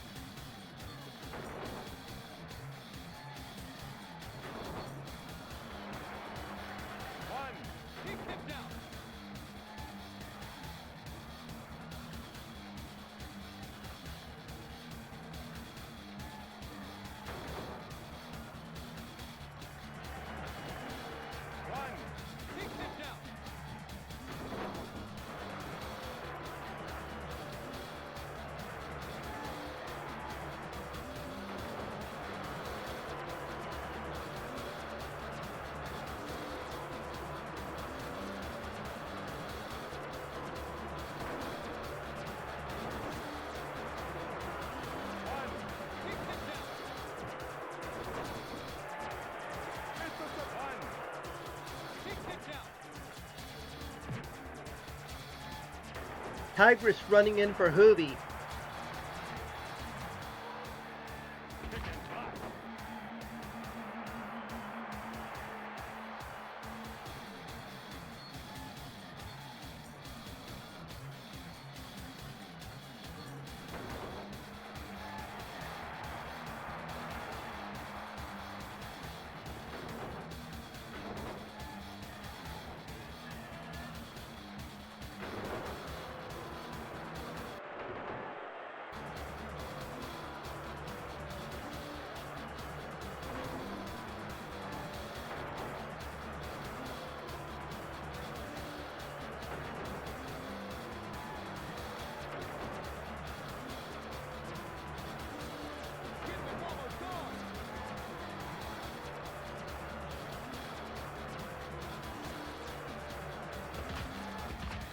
Van Hammer running in for Kidman.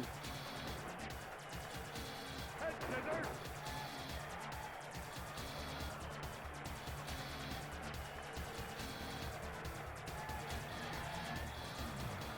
The Frankensteiner.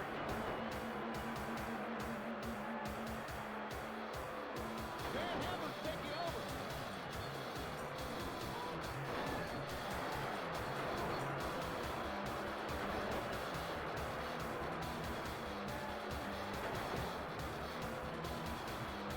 The Frankensteiner. Who the dude is just plain beat.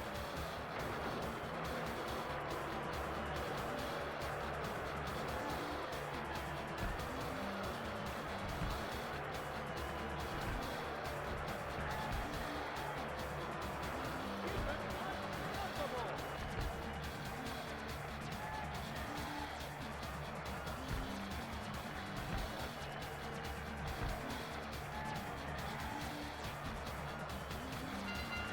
Kidman wins.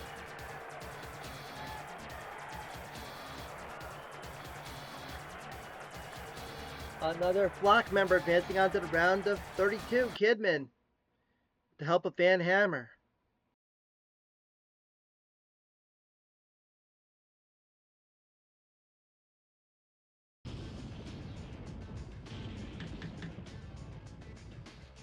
Here's another WCW match with a WCW personality versus a wrestler. Doug Dillinger will take on Fit Finlay.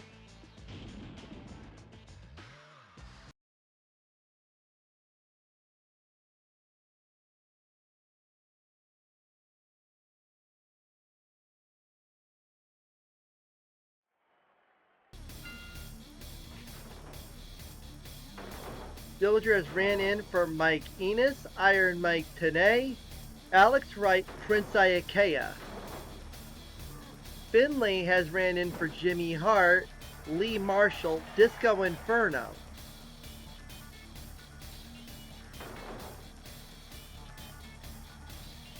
Backbreaker. One. He kicked out. The Frankensteiner.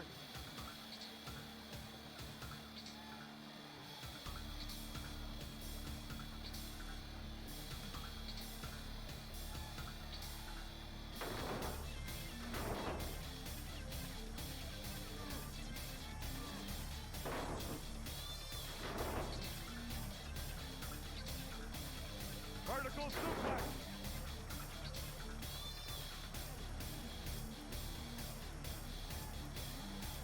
Power bomb.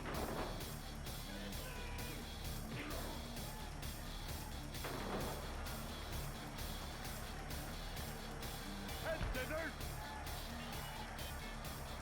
Head to dirt.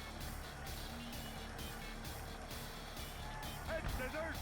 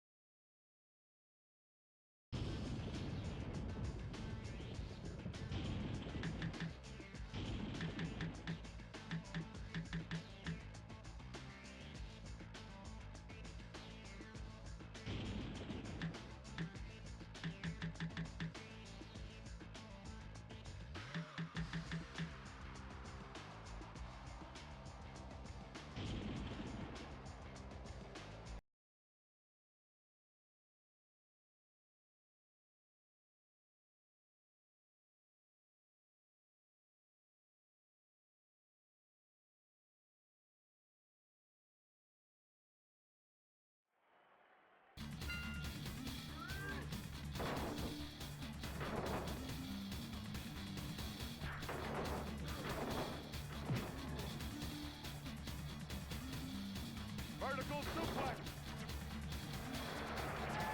One. He's kicked out.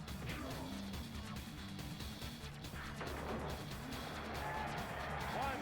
He's kicked out.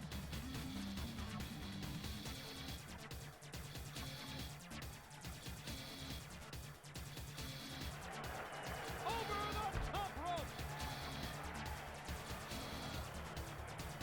Backbreaker.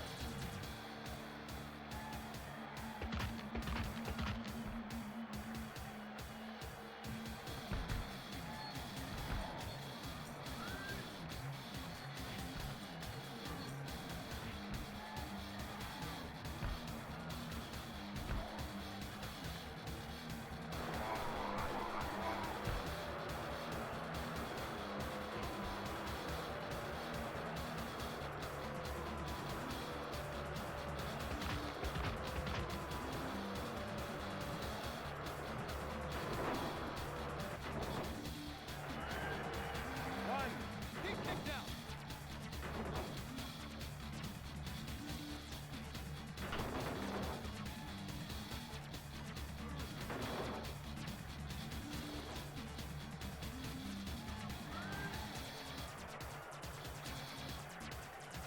Power bomb. Backbreaker.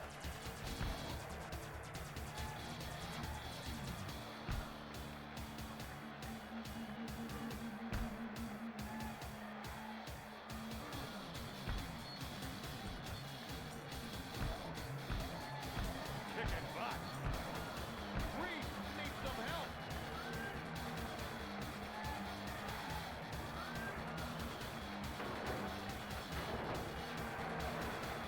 One. He's kicked out.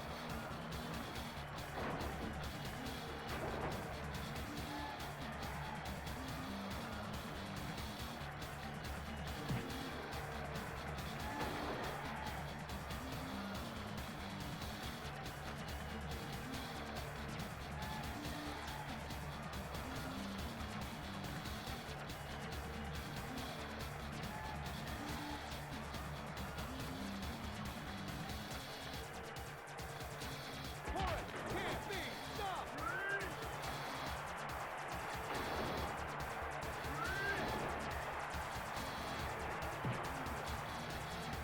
Taking a beating.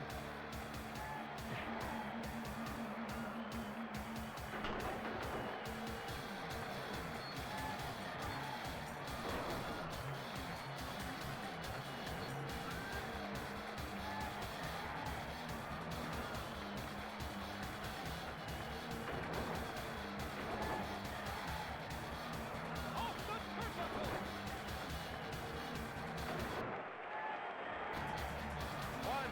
He's kicked out.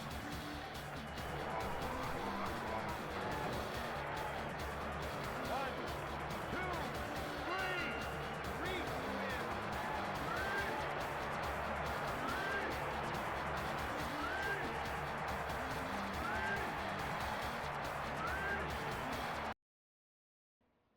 And both our finalists are out. Conan, the the world title finalist, is out, and now Che is out, who was our US heavyweight title tournament finalist. So, Reese, 4 flock members have all advanced. I believe there was all 4 of our flock members that were in competition still in this round of 64.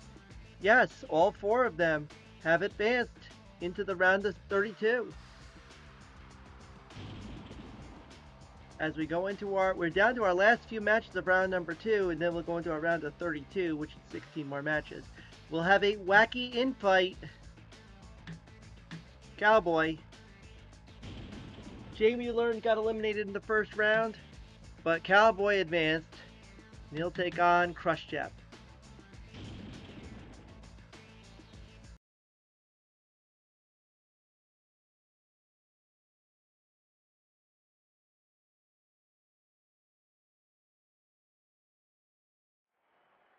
Cowboy's potential partners are Adam and the Chief.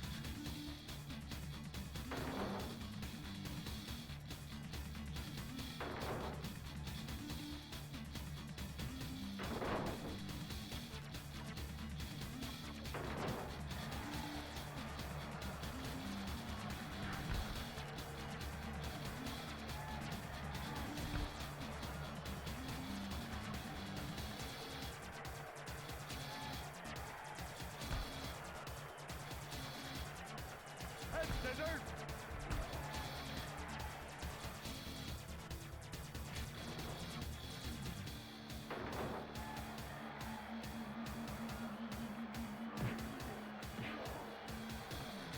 Backbreaker.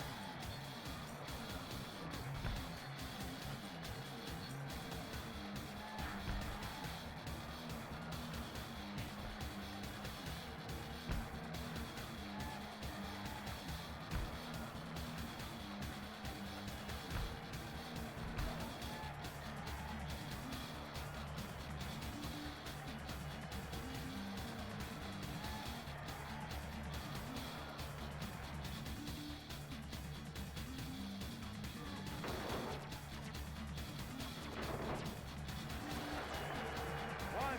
Keep kicked out. Backbreaker. Kicking butt. One. Keep kicked out. One. Keep kicked out. Pile driver.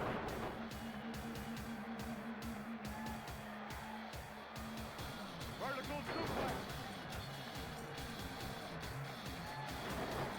Taking a beating. One. Keep kicked out.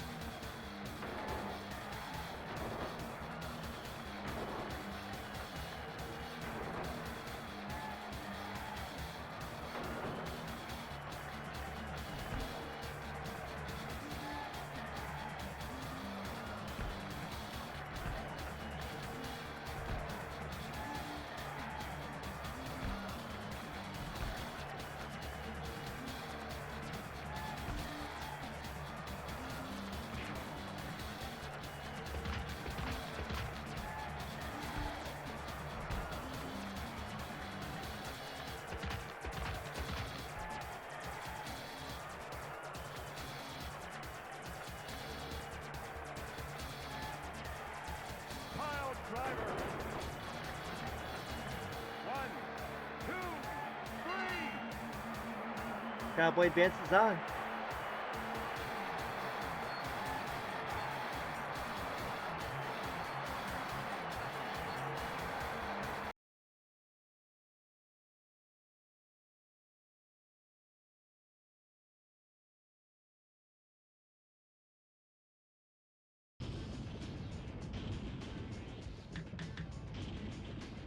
This next match is normal. It's nWo versus WCW with two iconic rants. You want to take him down? Well, let's take him down. 1, 2, 3. It's my game. This is where I live. This ring is my square circle. I live there, I fight there, and I survive there. You want him? I got him. Let's beat him.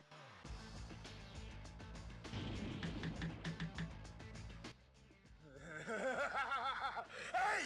You gotta pick the ammo, baby, because there's no way anybody is gonna beat an ammo. You ever see an ammo drop on someone's head? Oh.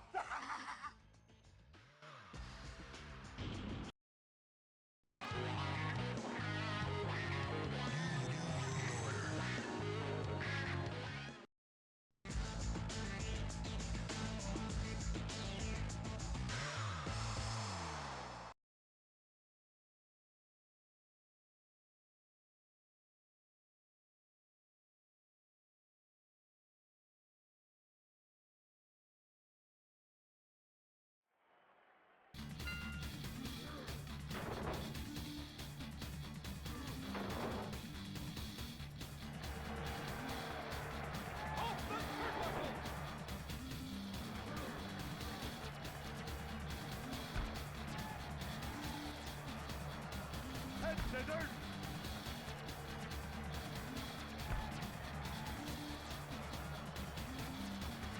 Backbreaker.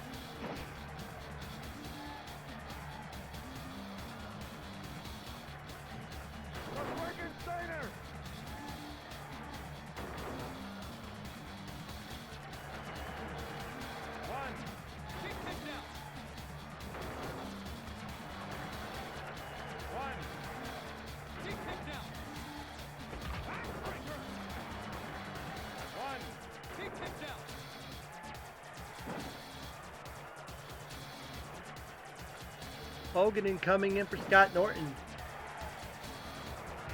Hogan's pounding it out.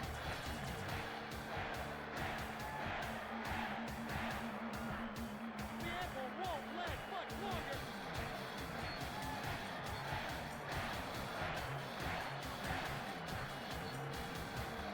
The Frankensteiner.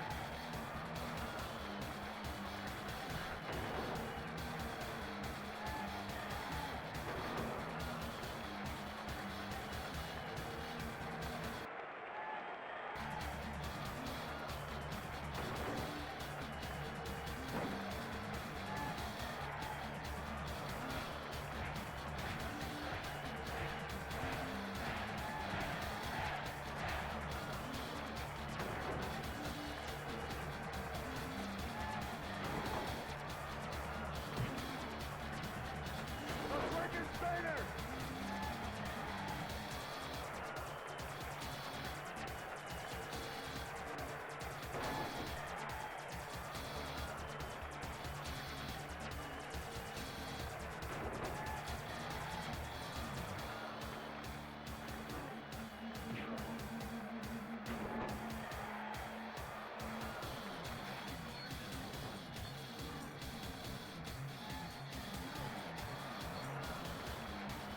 Off the turnbuckle.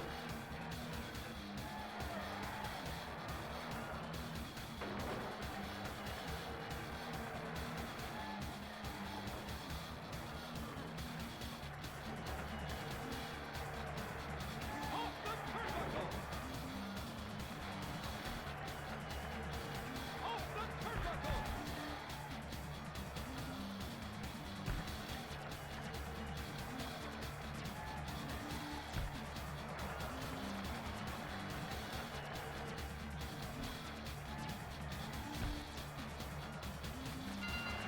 The nWo win.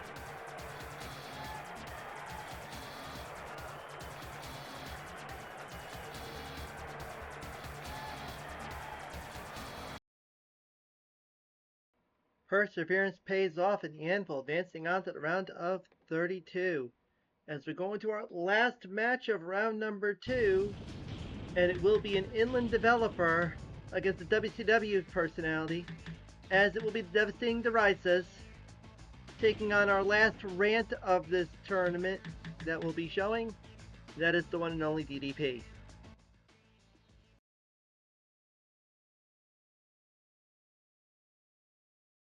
Yo, monkey boy, listen.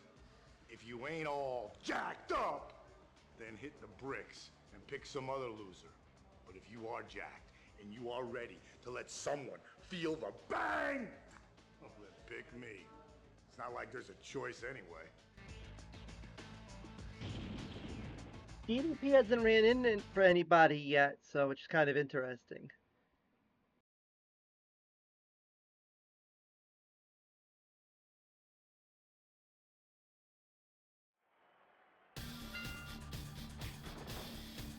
So yes, that was Devastating Derisas who earlier ran in for Zumi, so I had to make sure I got confirmation, but because he has the black pants, whereas Benji, who we'll be seeing momentarily, has blue jeans with a WCW shirt. Head scissors.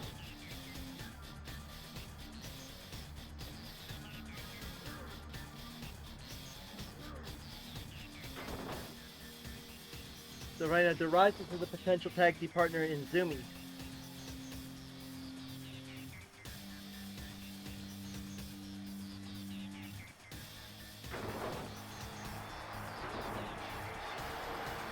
One. Big kick out.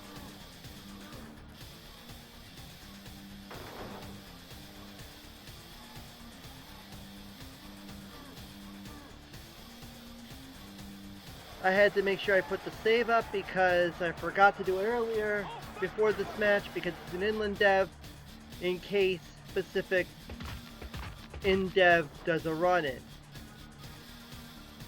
That's usually a prerequisite that I do.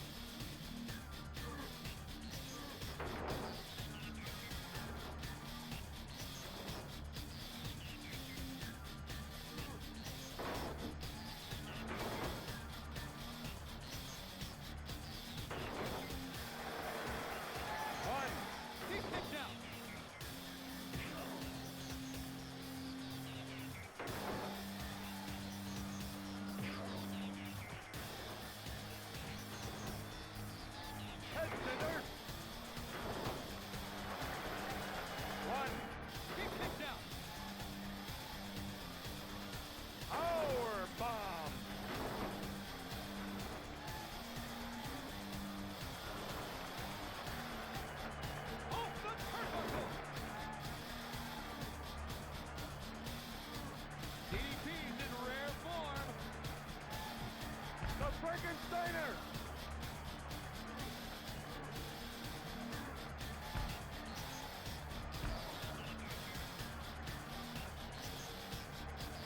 Backbreaker!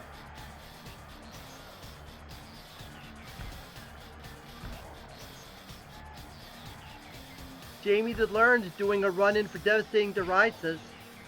Head scissors!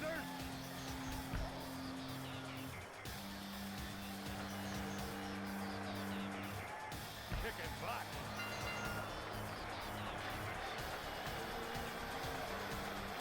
And Devastating Devices are advancing on to the round of 632.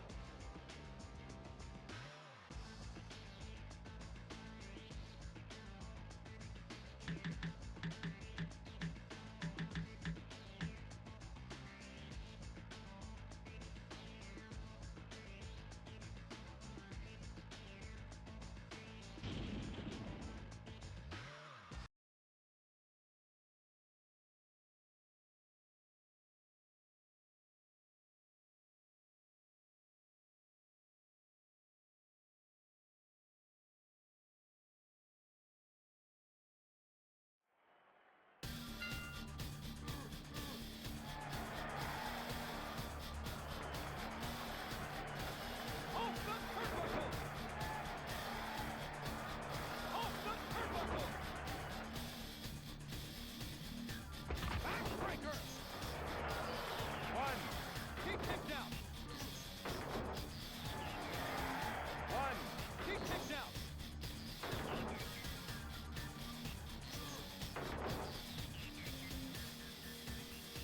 Backbreaker! The Frankensteiner! One. Keep kicked out. As we're in the round of 32, round number 3, already kicking things off. Adam versus Rick Rude.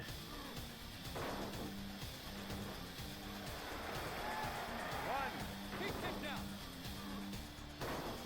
Only 16 will come back, and that will be for the next video. Round 4, all the way through. Head scissors.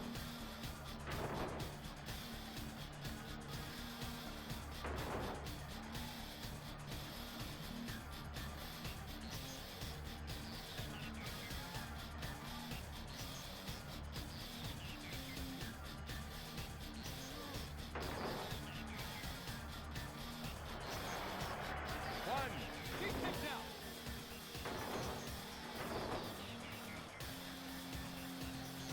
Backbreaker.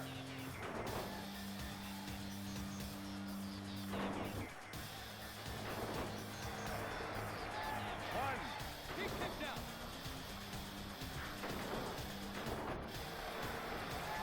One.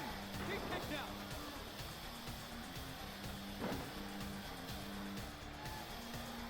Vertical suplex. One. Keep kicked out.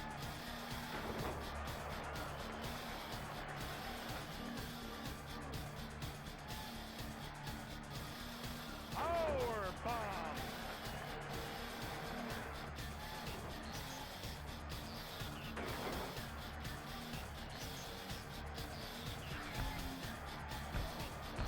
Rude needs a break.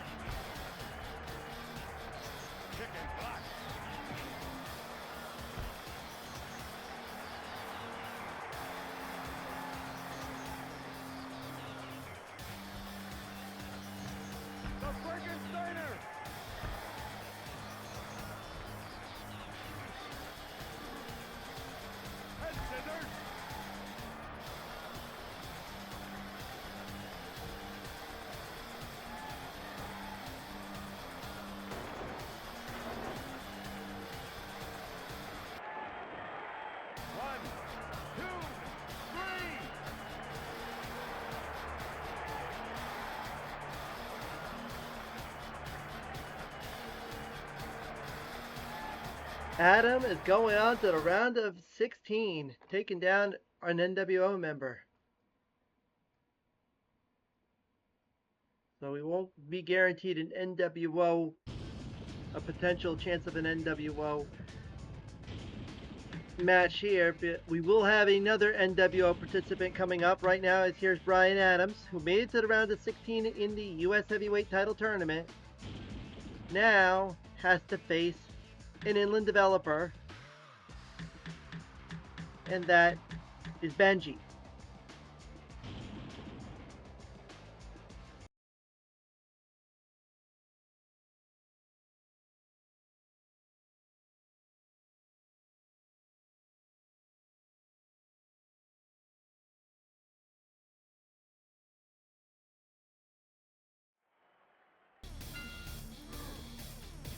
The Frankensteiner! Head scissors!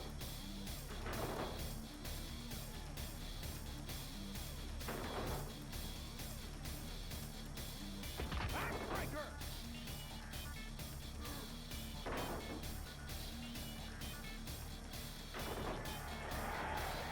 One. He kicked out. The Frankensteiner! One. He kicked out.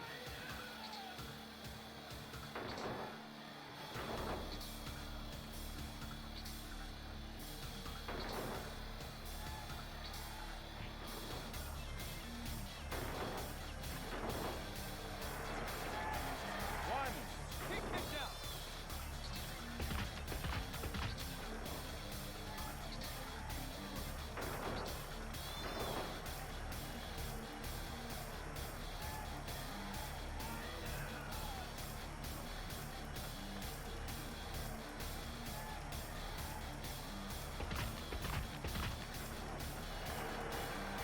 One. He kicked out.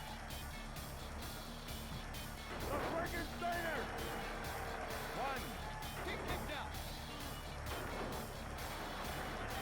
One. He kicked out. Power bomb. One. He kicked out. It's a surprise attack.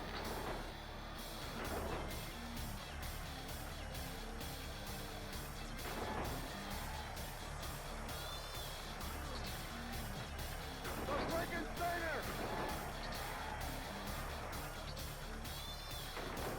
Head scissors!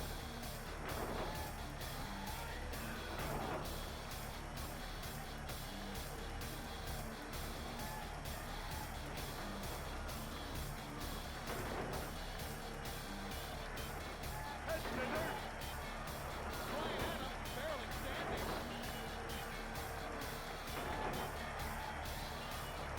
Kicking hot.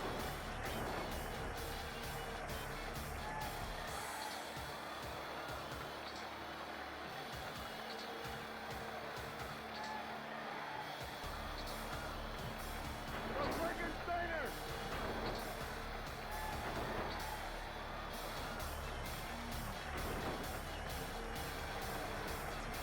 One. He kicked out.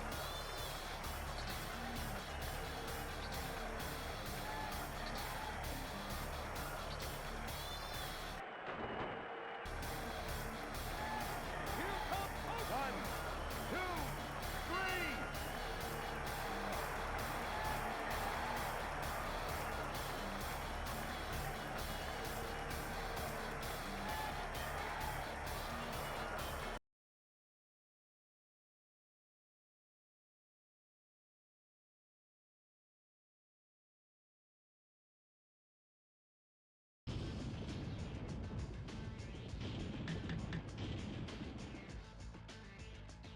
So we'll have to check if that audio clip was Brian Adams, but if it was Brian Adams for the Hogan match earlier, then that will confirm a tag team, but I'll have to check that later and I will provide that information in the next video for the round of 16 to completion. But we got a wacky infight coming up. Congrats to Benji taking the win there. But here's our wacky infight. Two that are looking for partners.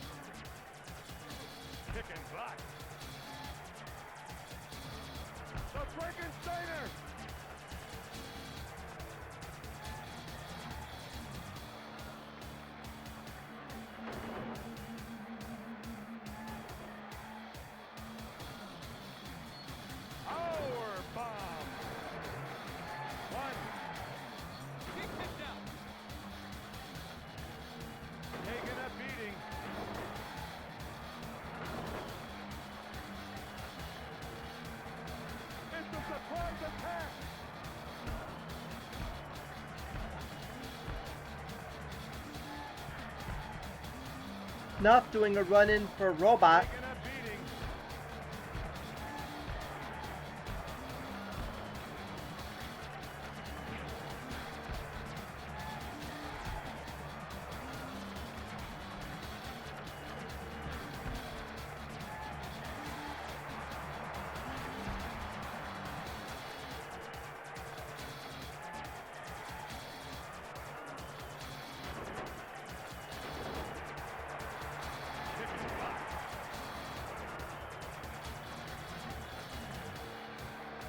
The Frankensteiner. Kicking back.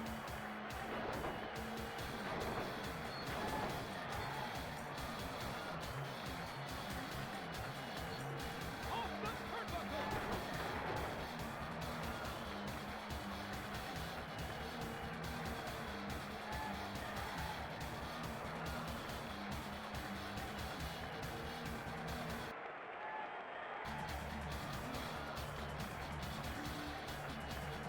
Power bomb. Kicking back. The Frankensteiner.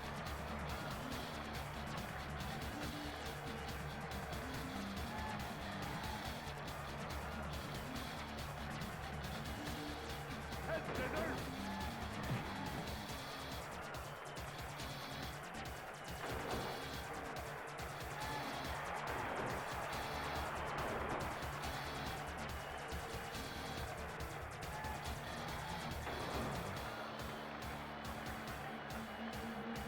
Off the turnbuckle.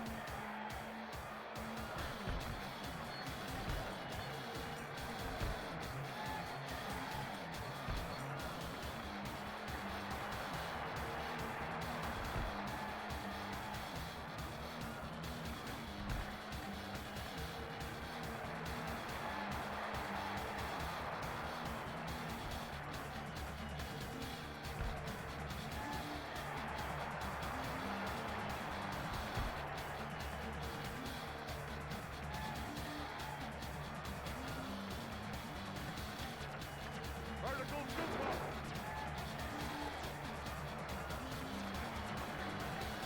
One, two, three.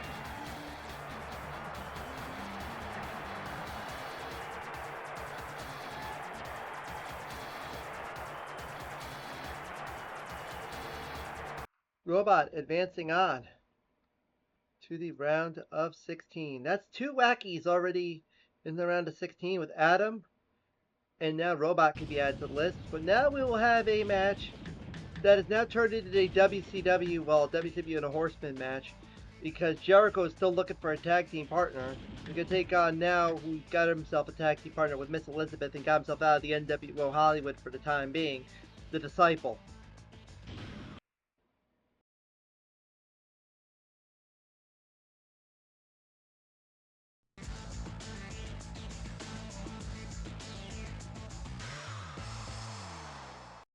I am the disciple. This is the end.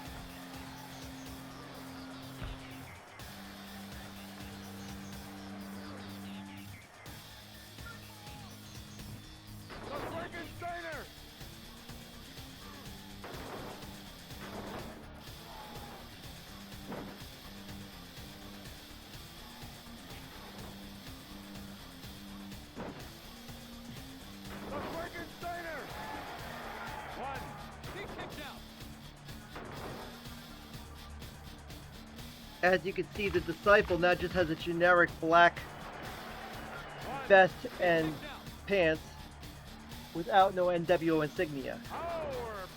That's basically what he has when you play him in Nitro on the PC/64. Because everybody in that have their generic WCW faction outfits. There are no nWo. If it's not you're already in your faction, you're not going to get that on your outfit.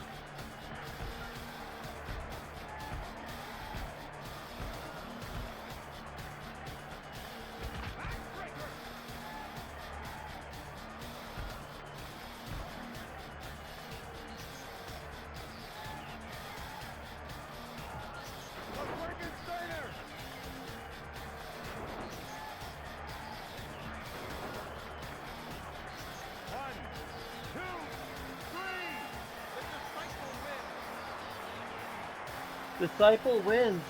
Good news now with us eliminating Jericho here. That means for the round of 16, I'm going to run the rants again, which means I'll play Disciples rant in that next video. So you'll get that one more Put the Apocalypse for you to go home with.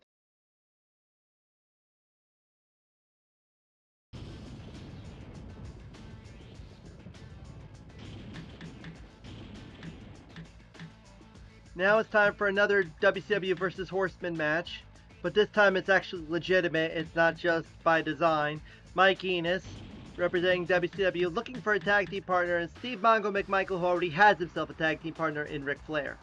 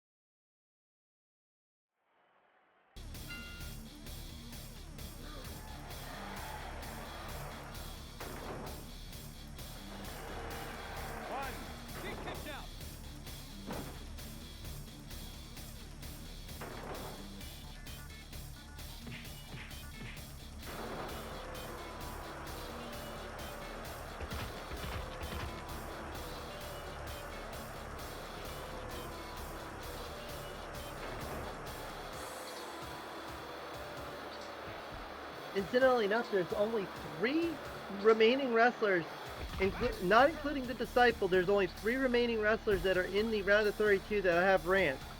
Sting, Jim the Anvil Neidhart, and Kidman. So they're the only ones. There's a chance of 4 rants to go into the round in their next video, but it might be getting Disciples your only rant. Who knows? We'll see how things play out once we get through the rest of this round.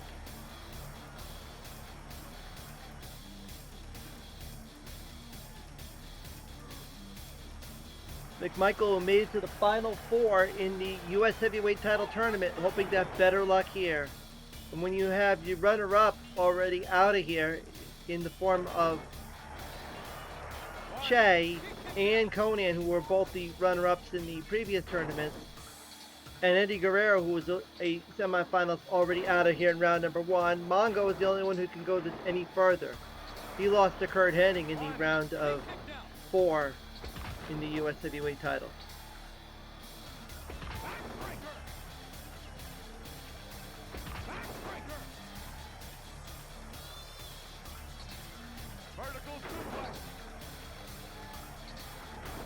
Not to mention, once again, McMichael is the last of the Horsemen still in. Legitimately Horsemen. Everybody else is kind of like, I know I've been adding other members to the Horsemen. It's just filling the holes.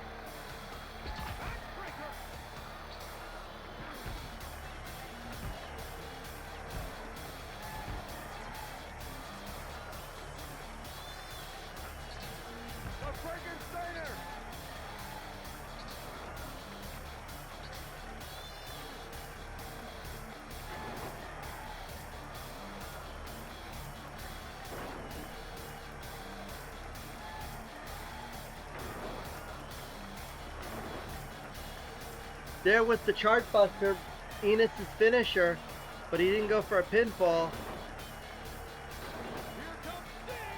As here comes Sting, who's already got a tag team partner in the form of Conan, now comes out with his red outfit, the Great Muta outfit, basically, as Melly pointed out in her video of the Big Thunder tournament a couple of years ago.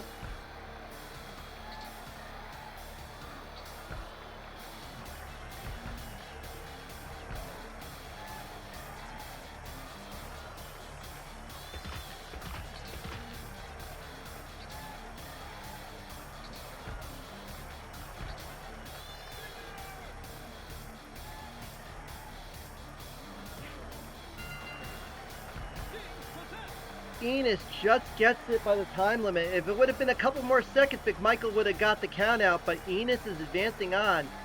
Caught lucky on that one.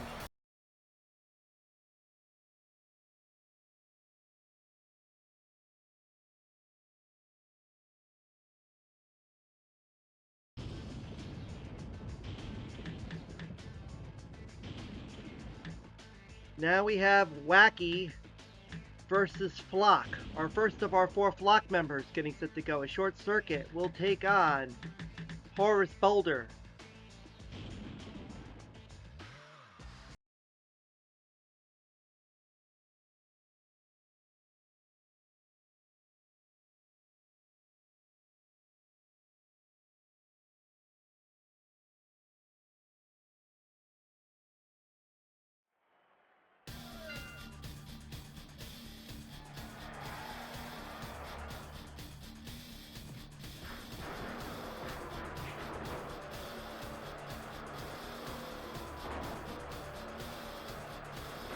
Could we establish a tag team here? Because we saw Horace run in for Reese earlier in his second round match, so maybe Reese will return the favor.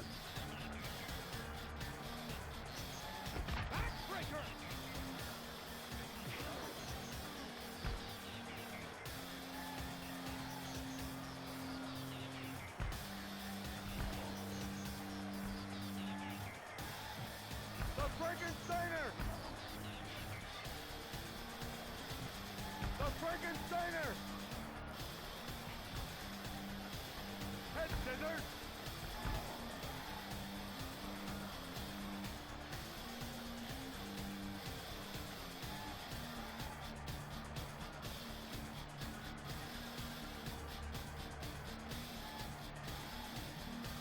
Horace can't be stopped! One. He kicked out.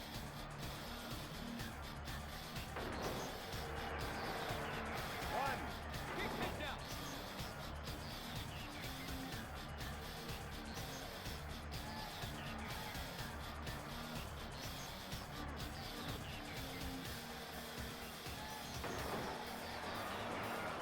One. He kicked out.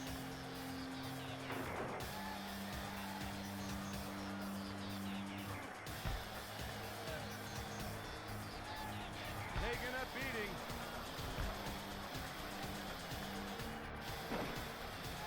It's a surprise attack. Horace, put the belt down. Adam does a run, and as Horace hits the meltdown, Adam's helping out Short Circuit.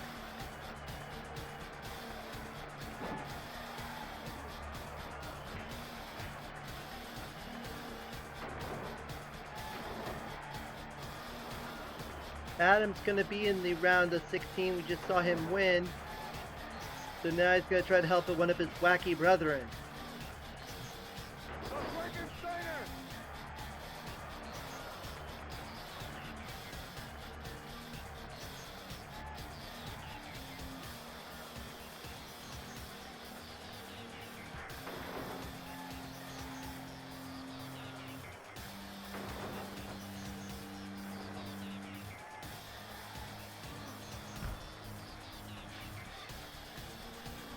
Chicken butt. Head scissors.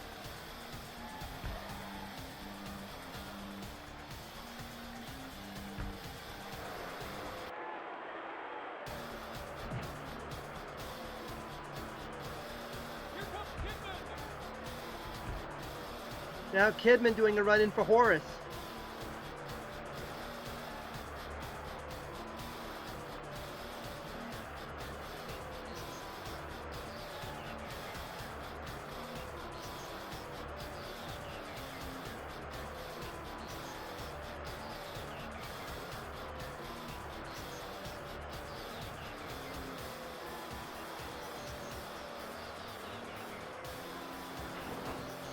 We will be seeing Kidman soon enough as well.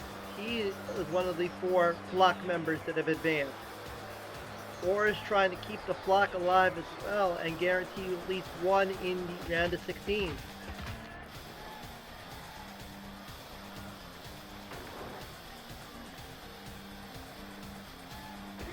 Unstoppable.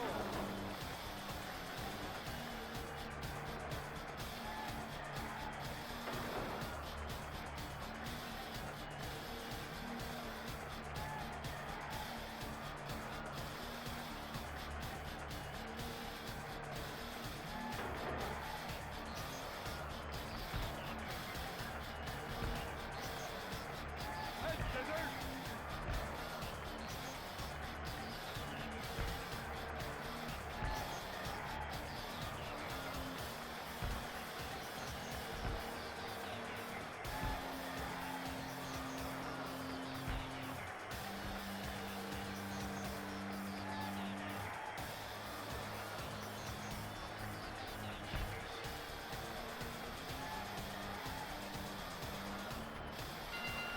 Horace wins.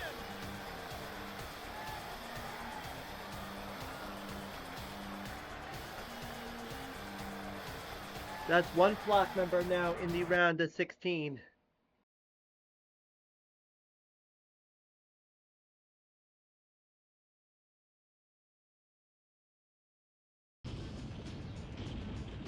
And so now we go to our next match, which is the WCW Cruiserweight match. Rey Mysterio Jr., Kaz Hayashi.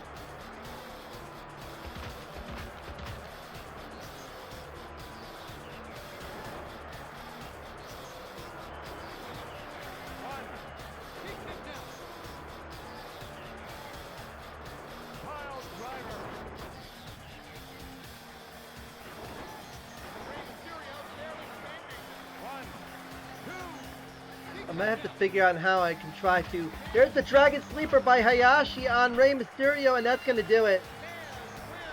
What I was saying is I was trying to figure out how I can get this to stream Blue Sky, sync to the Blue Sky, so that they'll see Blue Sky profiles when someone goes live. It'll have the little live insignia around it. I was thinking maybe I could be able to pull something like that off. But Kaz Hayashi submitting Rey Mysterio Jr.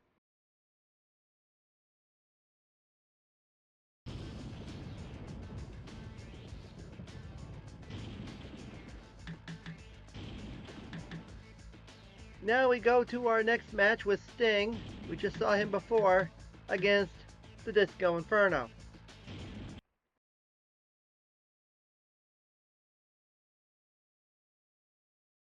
Kaz made it to the round of 16 in the U.S. title tournament, and he's going to do it again here.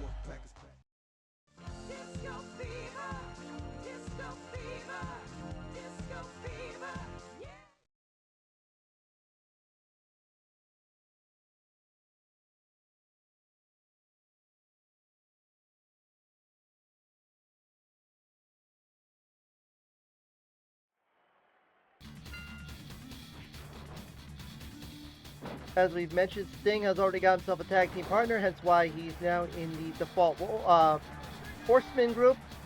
Disco is still looking for one.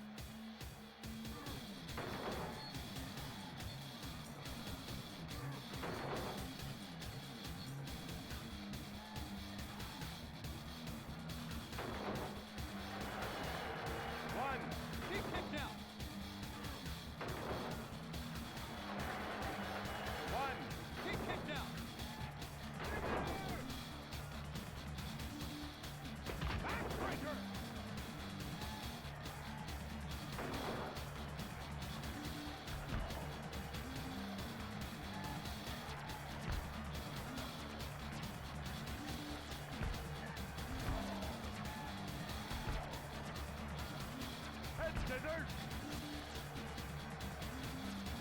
Backbreaker.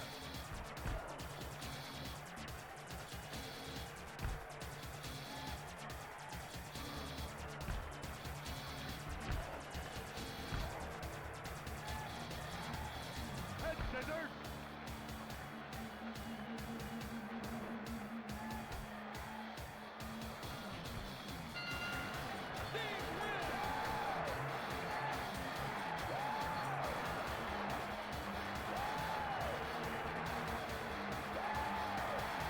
That's another rant we're guaranteeing in the round of 16. Sting wins. He will go on.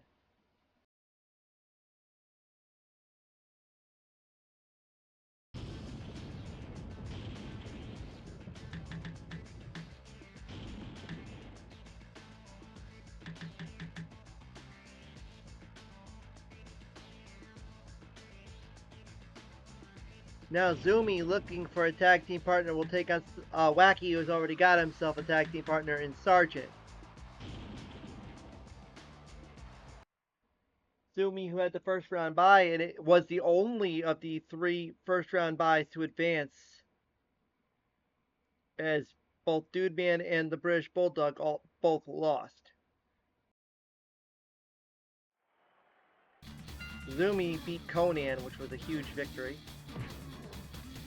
Now he's gonna try and stop Sergeant, who not gonna be popular here because it's Sergeant.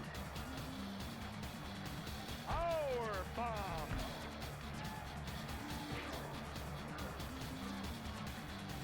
Head scissors.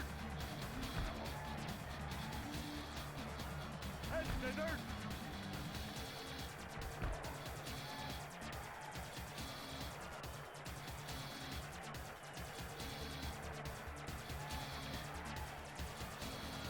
Backbreaker. Zumi has done runs for Gucci and Wrestling Matt. And I don't think we're going to need to find out who his tag run-in's going to be here because he's going to win and advance to the round of 16.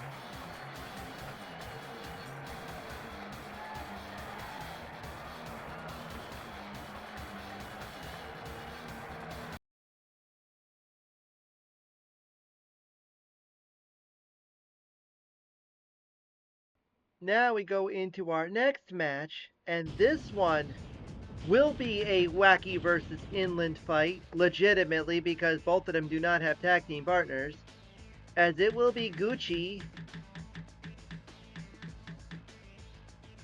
We just talked about him having Zumi had done a run-in for him previously against Flapper.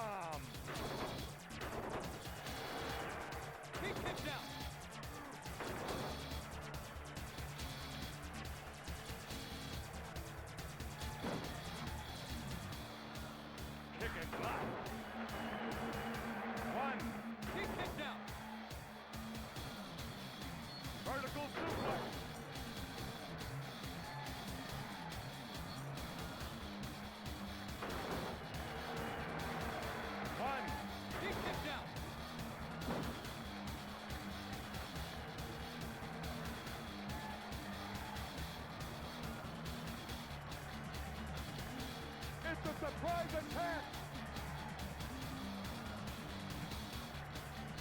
5 o'clock Tony alert. It's 5 o'clock Tony, who just did the run-in, and that means that Gucci will have a potential partner in 5 o'clock Tony. And that means we will restart the match. Now, I didn't save it, but now I had it saved from the Zumi match, but now I can go back and do it as Gucci against Flapper. So now 5 o'clock Tony is a potential partner for Gucci, provided Gucci doesn't get anybody else.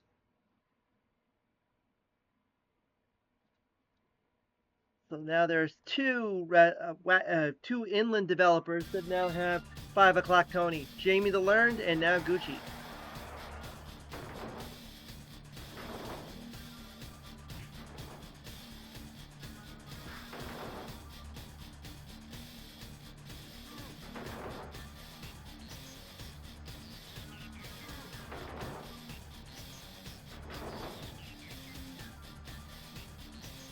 Vertical suplex.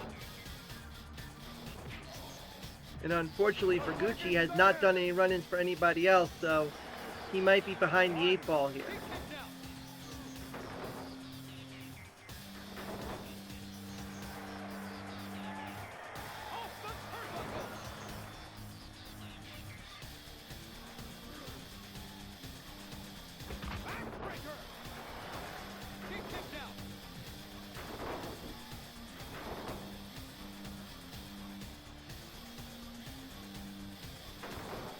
I mean, there is one run-in still possibly. There's still one inland developer left that's in this round of 32, and that's Devastating Deridsus. We'll be seeing our very last match of this stream.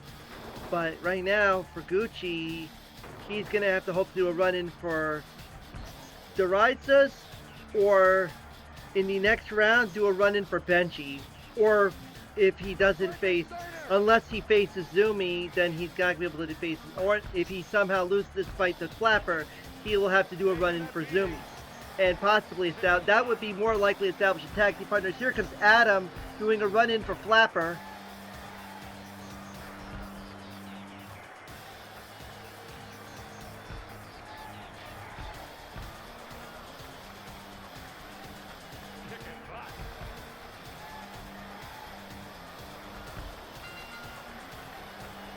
And the Flapper wins. Gucci will have to see about establishing a tag team partner by running in for Zumi or Devastating Deridsus or Benji if he wants to get away from 5 o'clock Tony. But Flapper advances.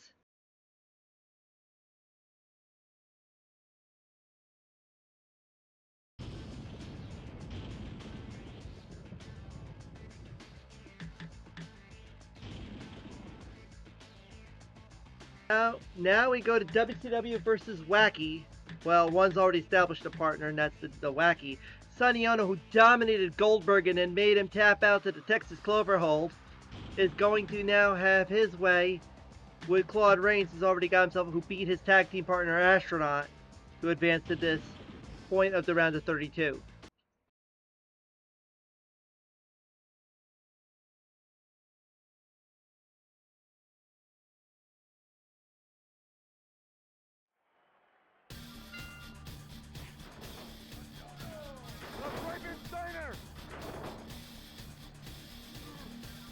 Sonny Ono has done in run-ins for DDP and Tony Schiavone.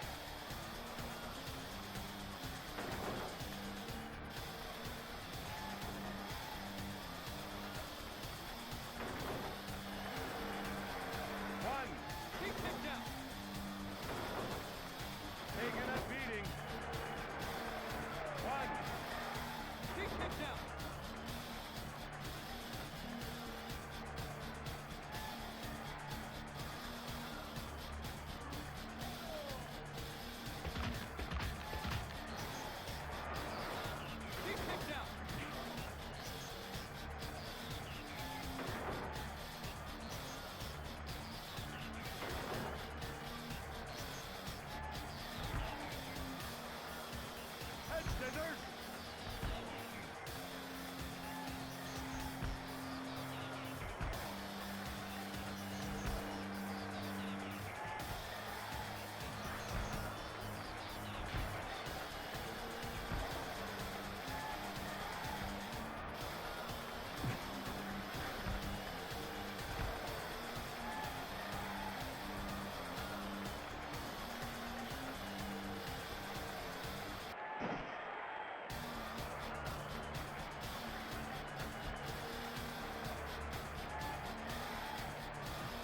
The Frankensteiner.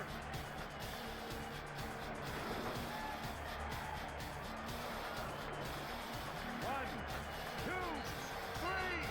Ono wins. Sonny Ono on to the round of 16.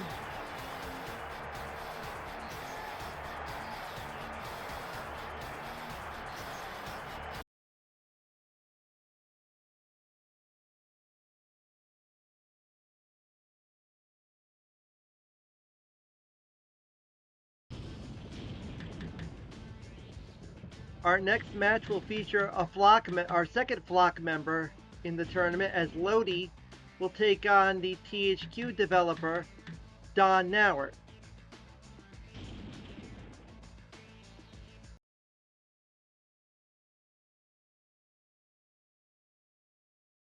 Lodi is yet to have any run-ins, nor has ran in for anybody.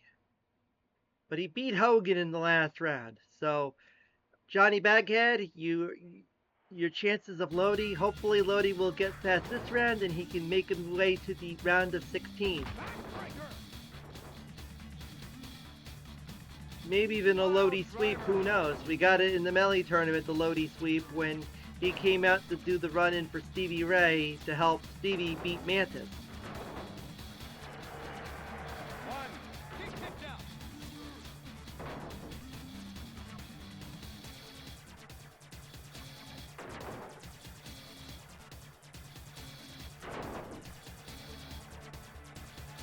Don Nauert won his last match because his tag team partner John Ardell made the save and it worked in his favor. Kick kicked out.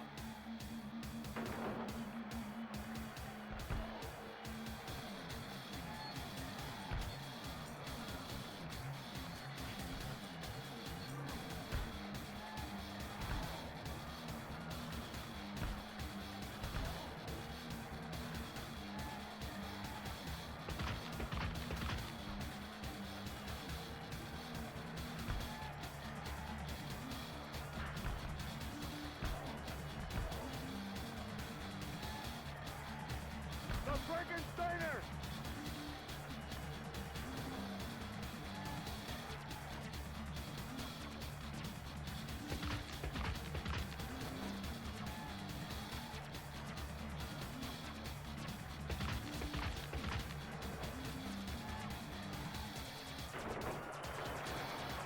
One. Kick kicked out.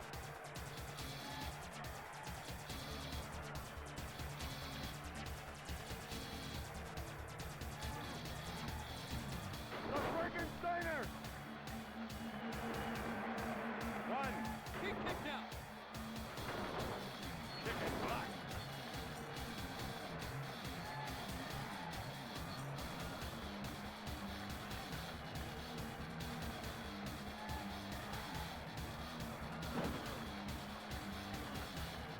Head scissors.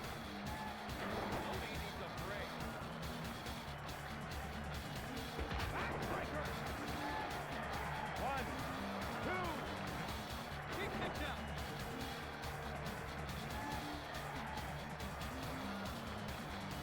Here's Reese doing a run-in for Lodi.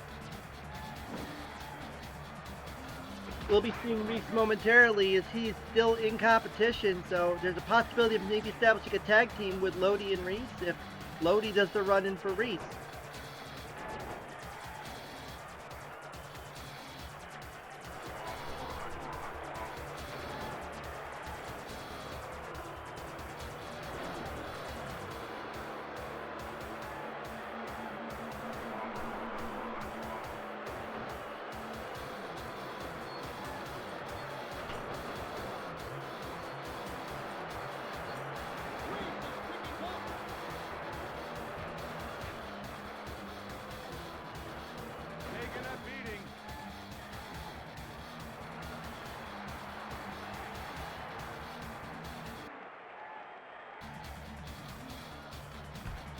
Stingray doing a run-in for Don Nauer, who's already established tag team.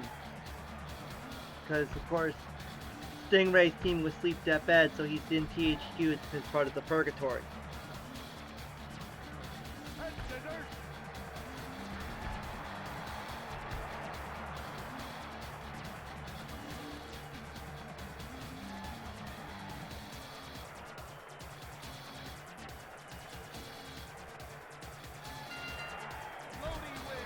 Lodi wins it because Don Nauert got himself a timer scam and it backfired on him. So Lodi, that's 2 flock members in the round of 16, and Lodi's gonna be coming back for the third part.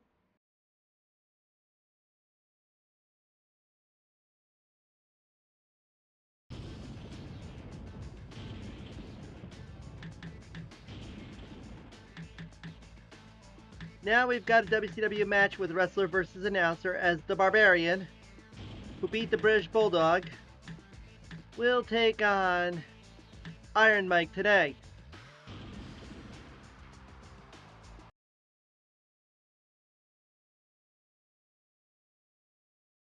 As we're down to our last 4 matches of the round / the stream.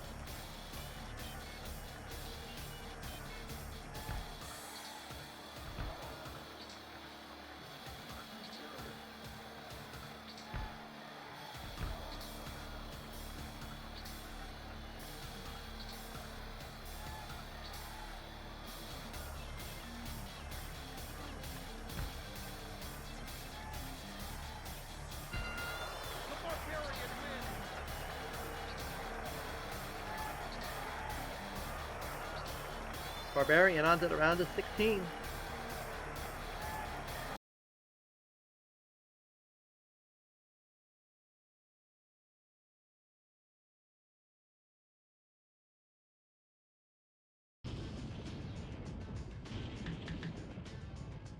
Now we've got Flock versus WCW as Billy Kidman will take on Sid Finley. And also our last match with FMVs here.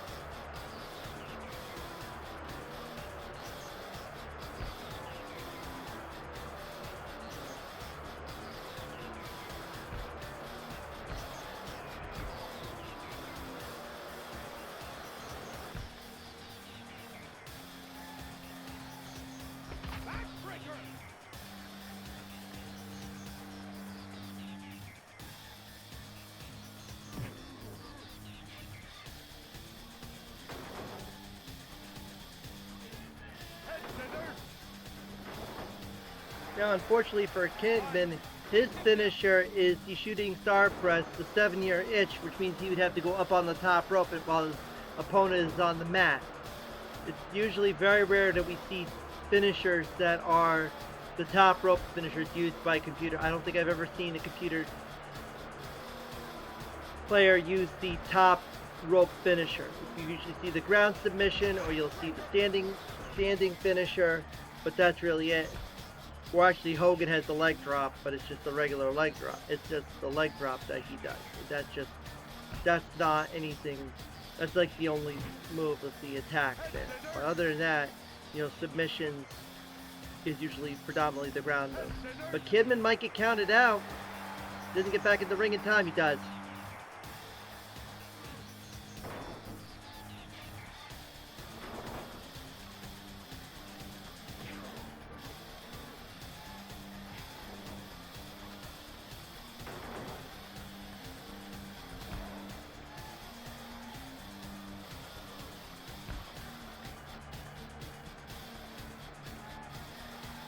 Finley's relentless. Kidman's almost gone.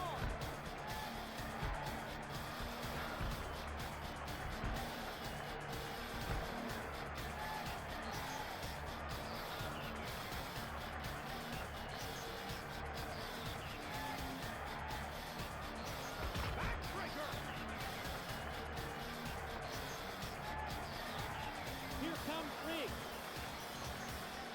Scotty Riggs coming in for Kidman, and it's too late. Finley wins.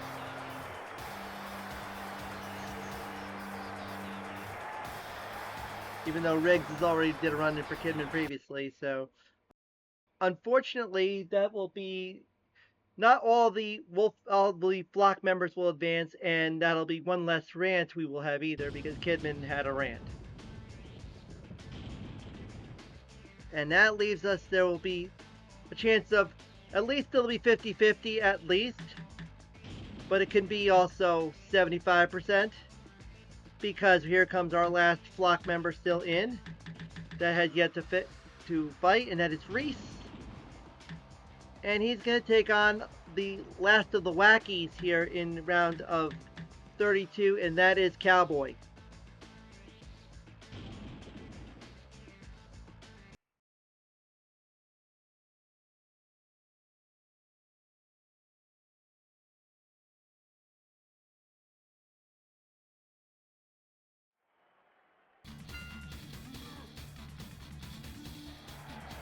Over the top rope.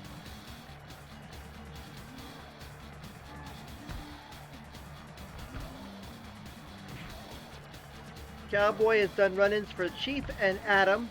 Reese we just saw do the run-in for Lodi. Kicking butt. Taking a beating.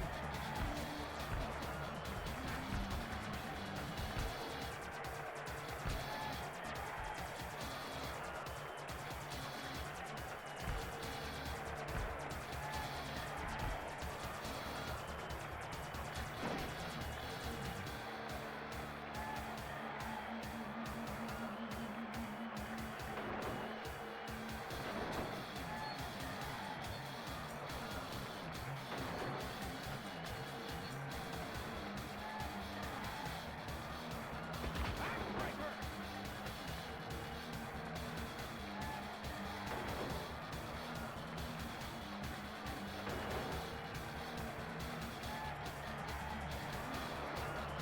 One, two. Kick him down.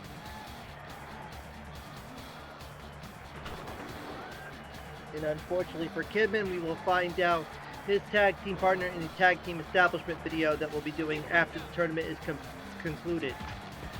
Same could be said for the other Wolfpack members, Luger, Savage, Nash, and Dean Malenko, but Reese has a chance to go on to get himself a partner as he will advance to the round of 16. That's 3 flock members out of 4, ain't bad.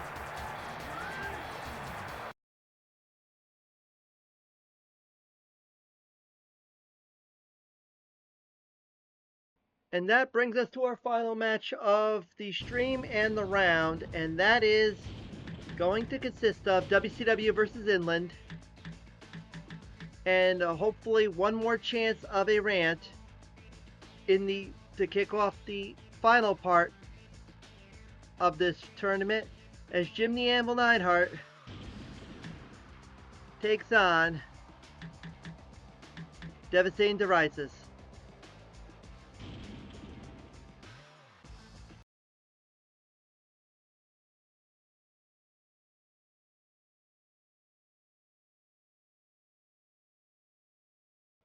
Neidhart has done run-ins for Alex Wright, and that's it.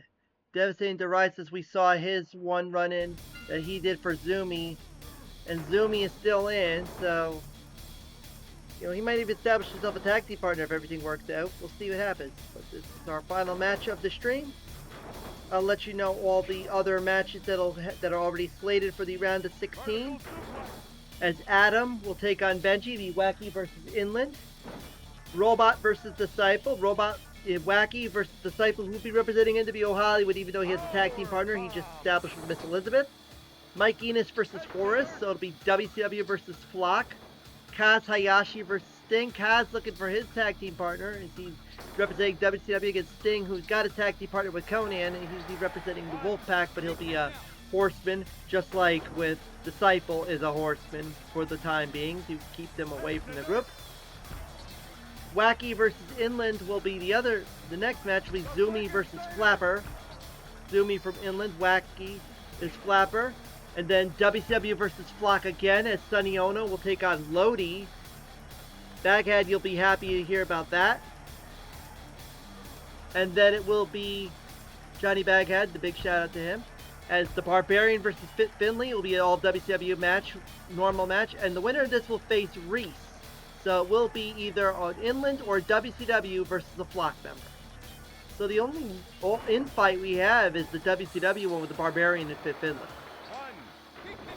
I'll have to go look up their history to see how many times those two have fought as of this point in 1998.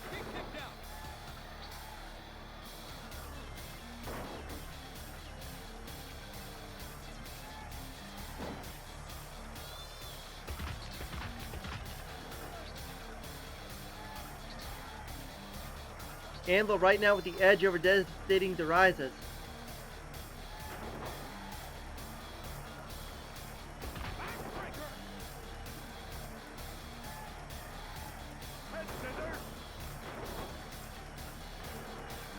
So basically WCW, NWO Hollywood, NWO Wolfpack, Flock, Inland, and Wacky are represented in the final 16.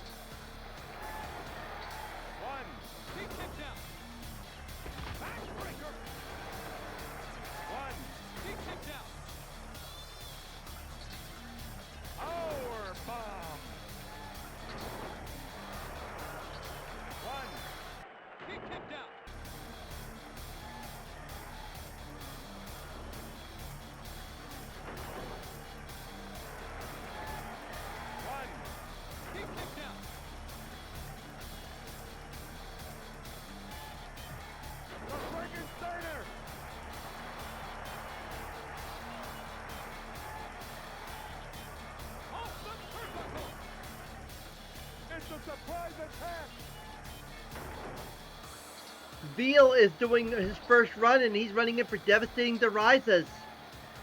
That's a good sign if you're Devastating Derizes. You don't want to have to deal with 5 o'clock Tony. You want to have that guy as your tag team partner. So our first appearance of Veal in a run-in. So we had 5 o'clock Tony earlier for Gucci. Now we got the other side, the good luck side. Devastating Derizes might get himself Veal as a tag team partner if everything else does not happen.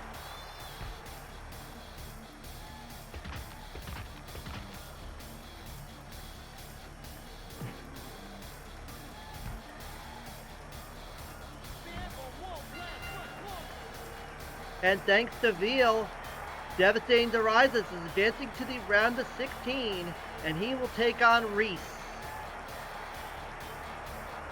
So we saved it for the best for last to have a big run-in and have Veal make his presence the World Heavyweight Champion, helping out Devastating Derizes. Go on. And so that will conclude the round number 3 and this stream. We will be back at it next week for the round of 16 through culmination. Who will be your WCW television champion? We've got a good crop of talents that could go for it. Anybody could win it. So make sure you follow on Twitch, YouTube, Blue Sky, X, WrestleSim.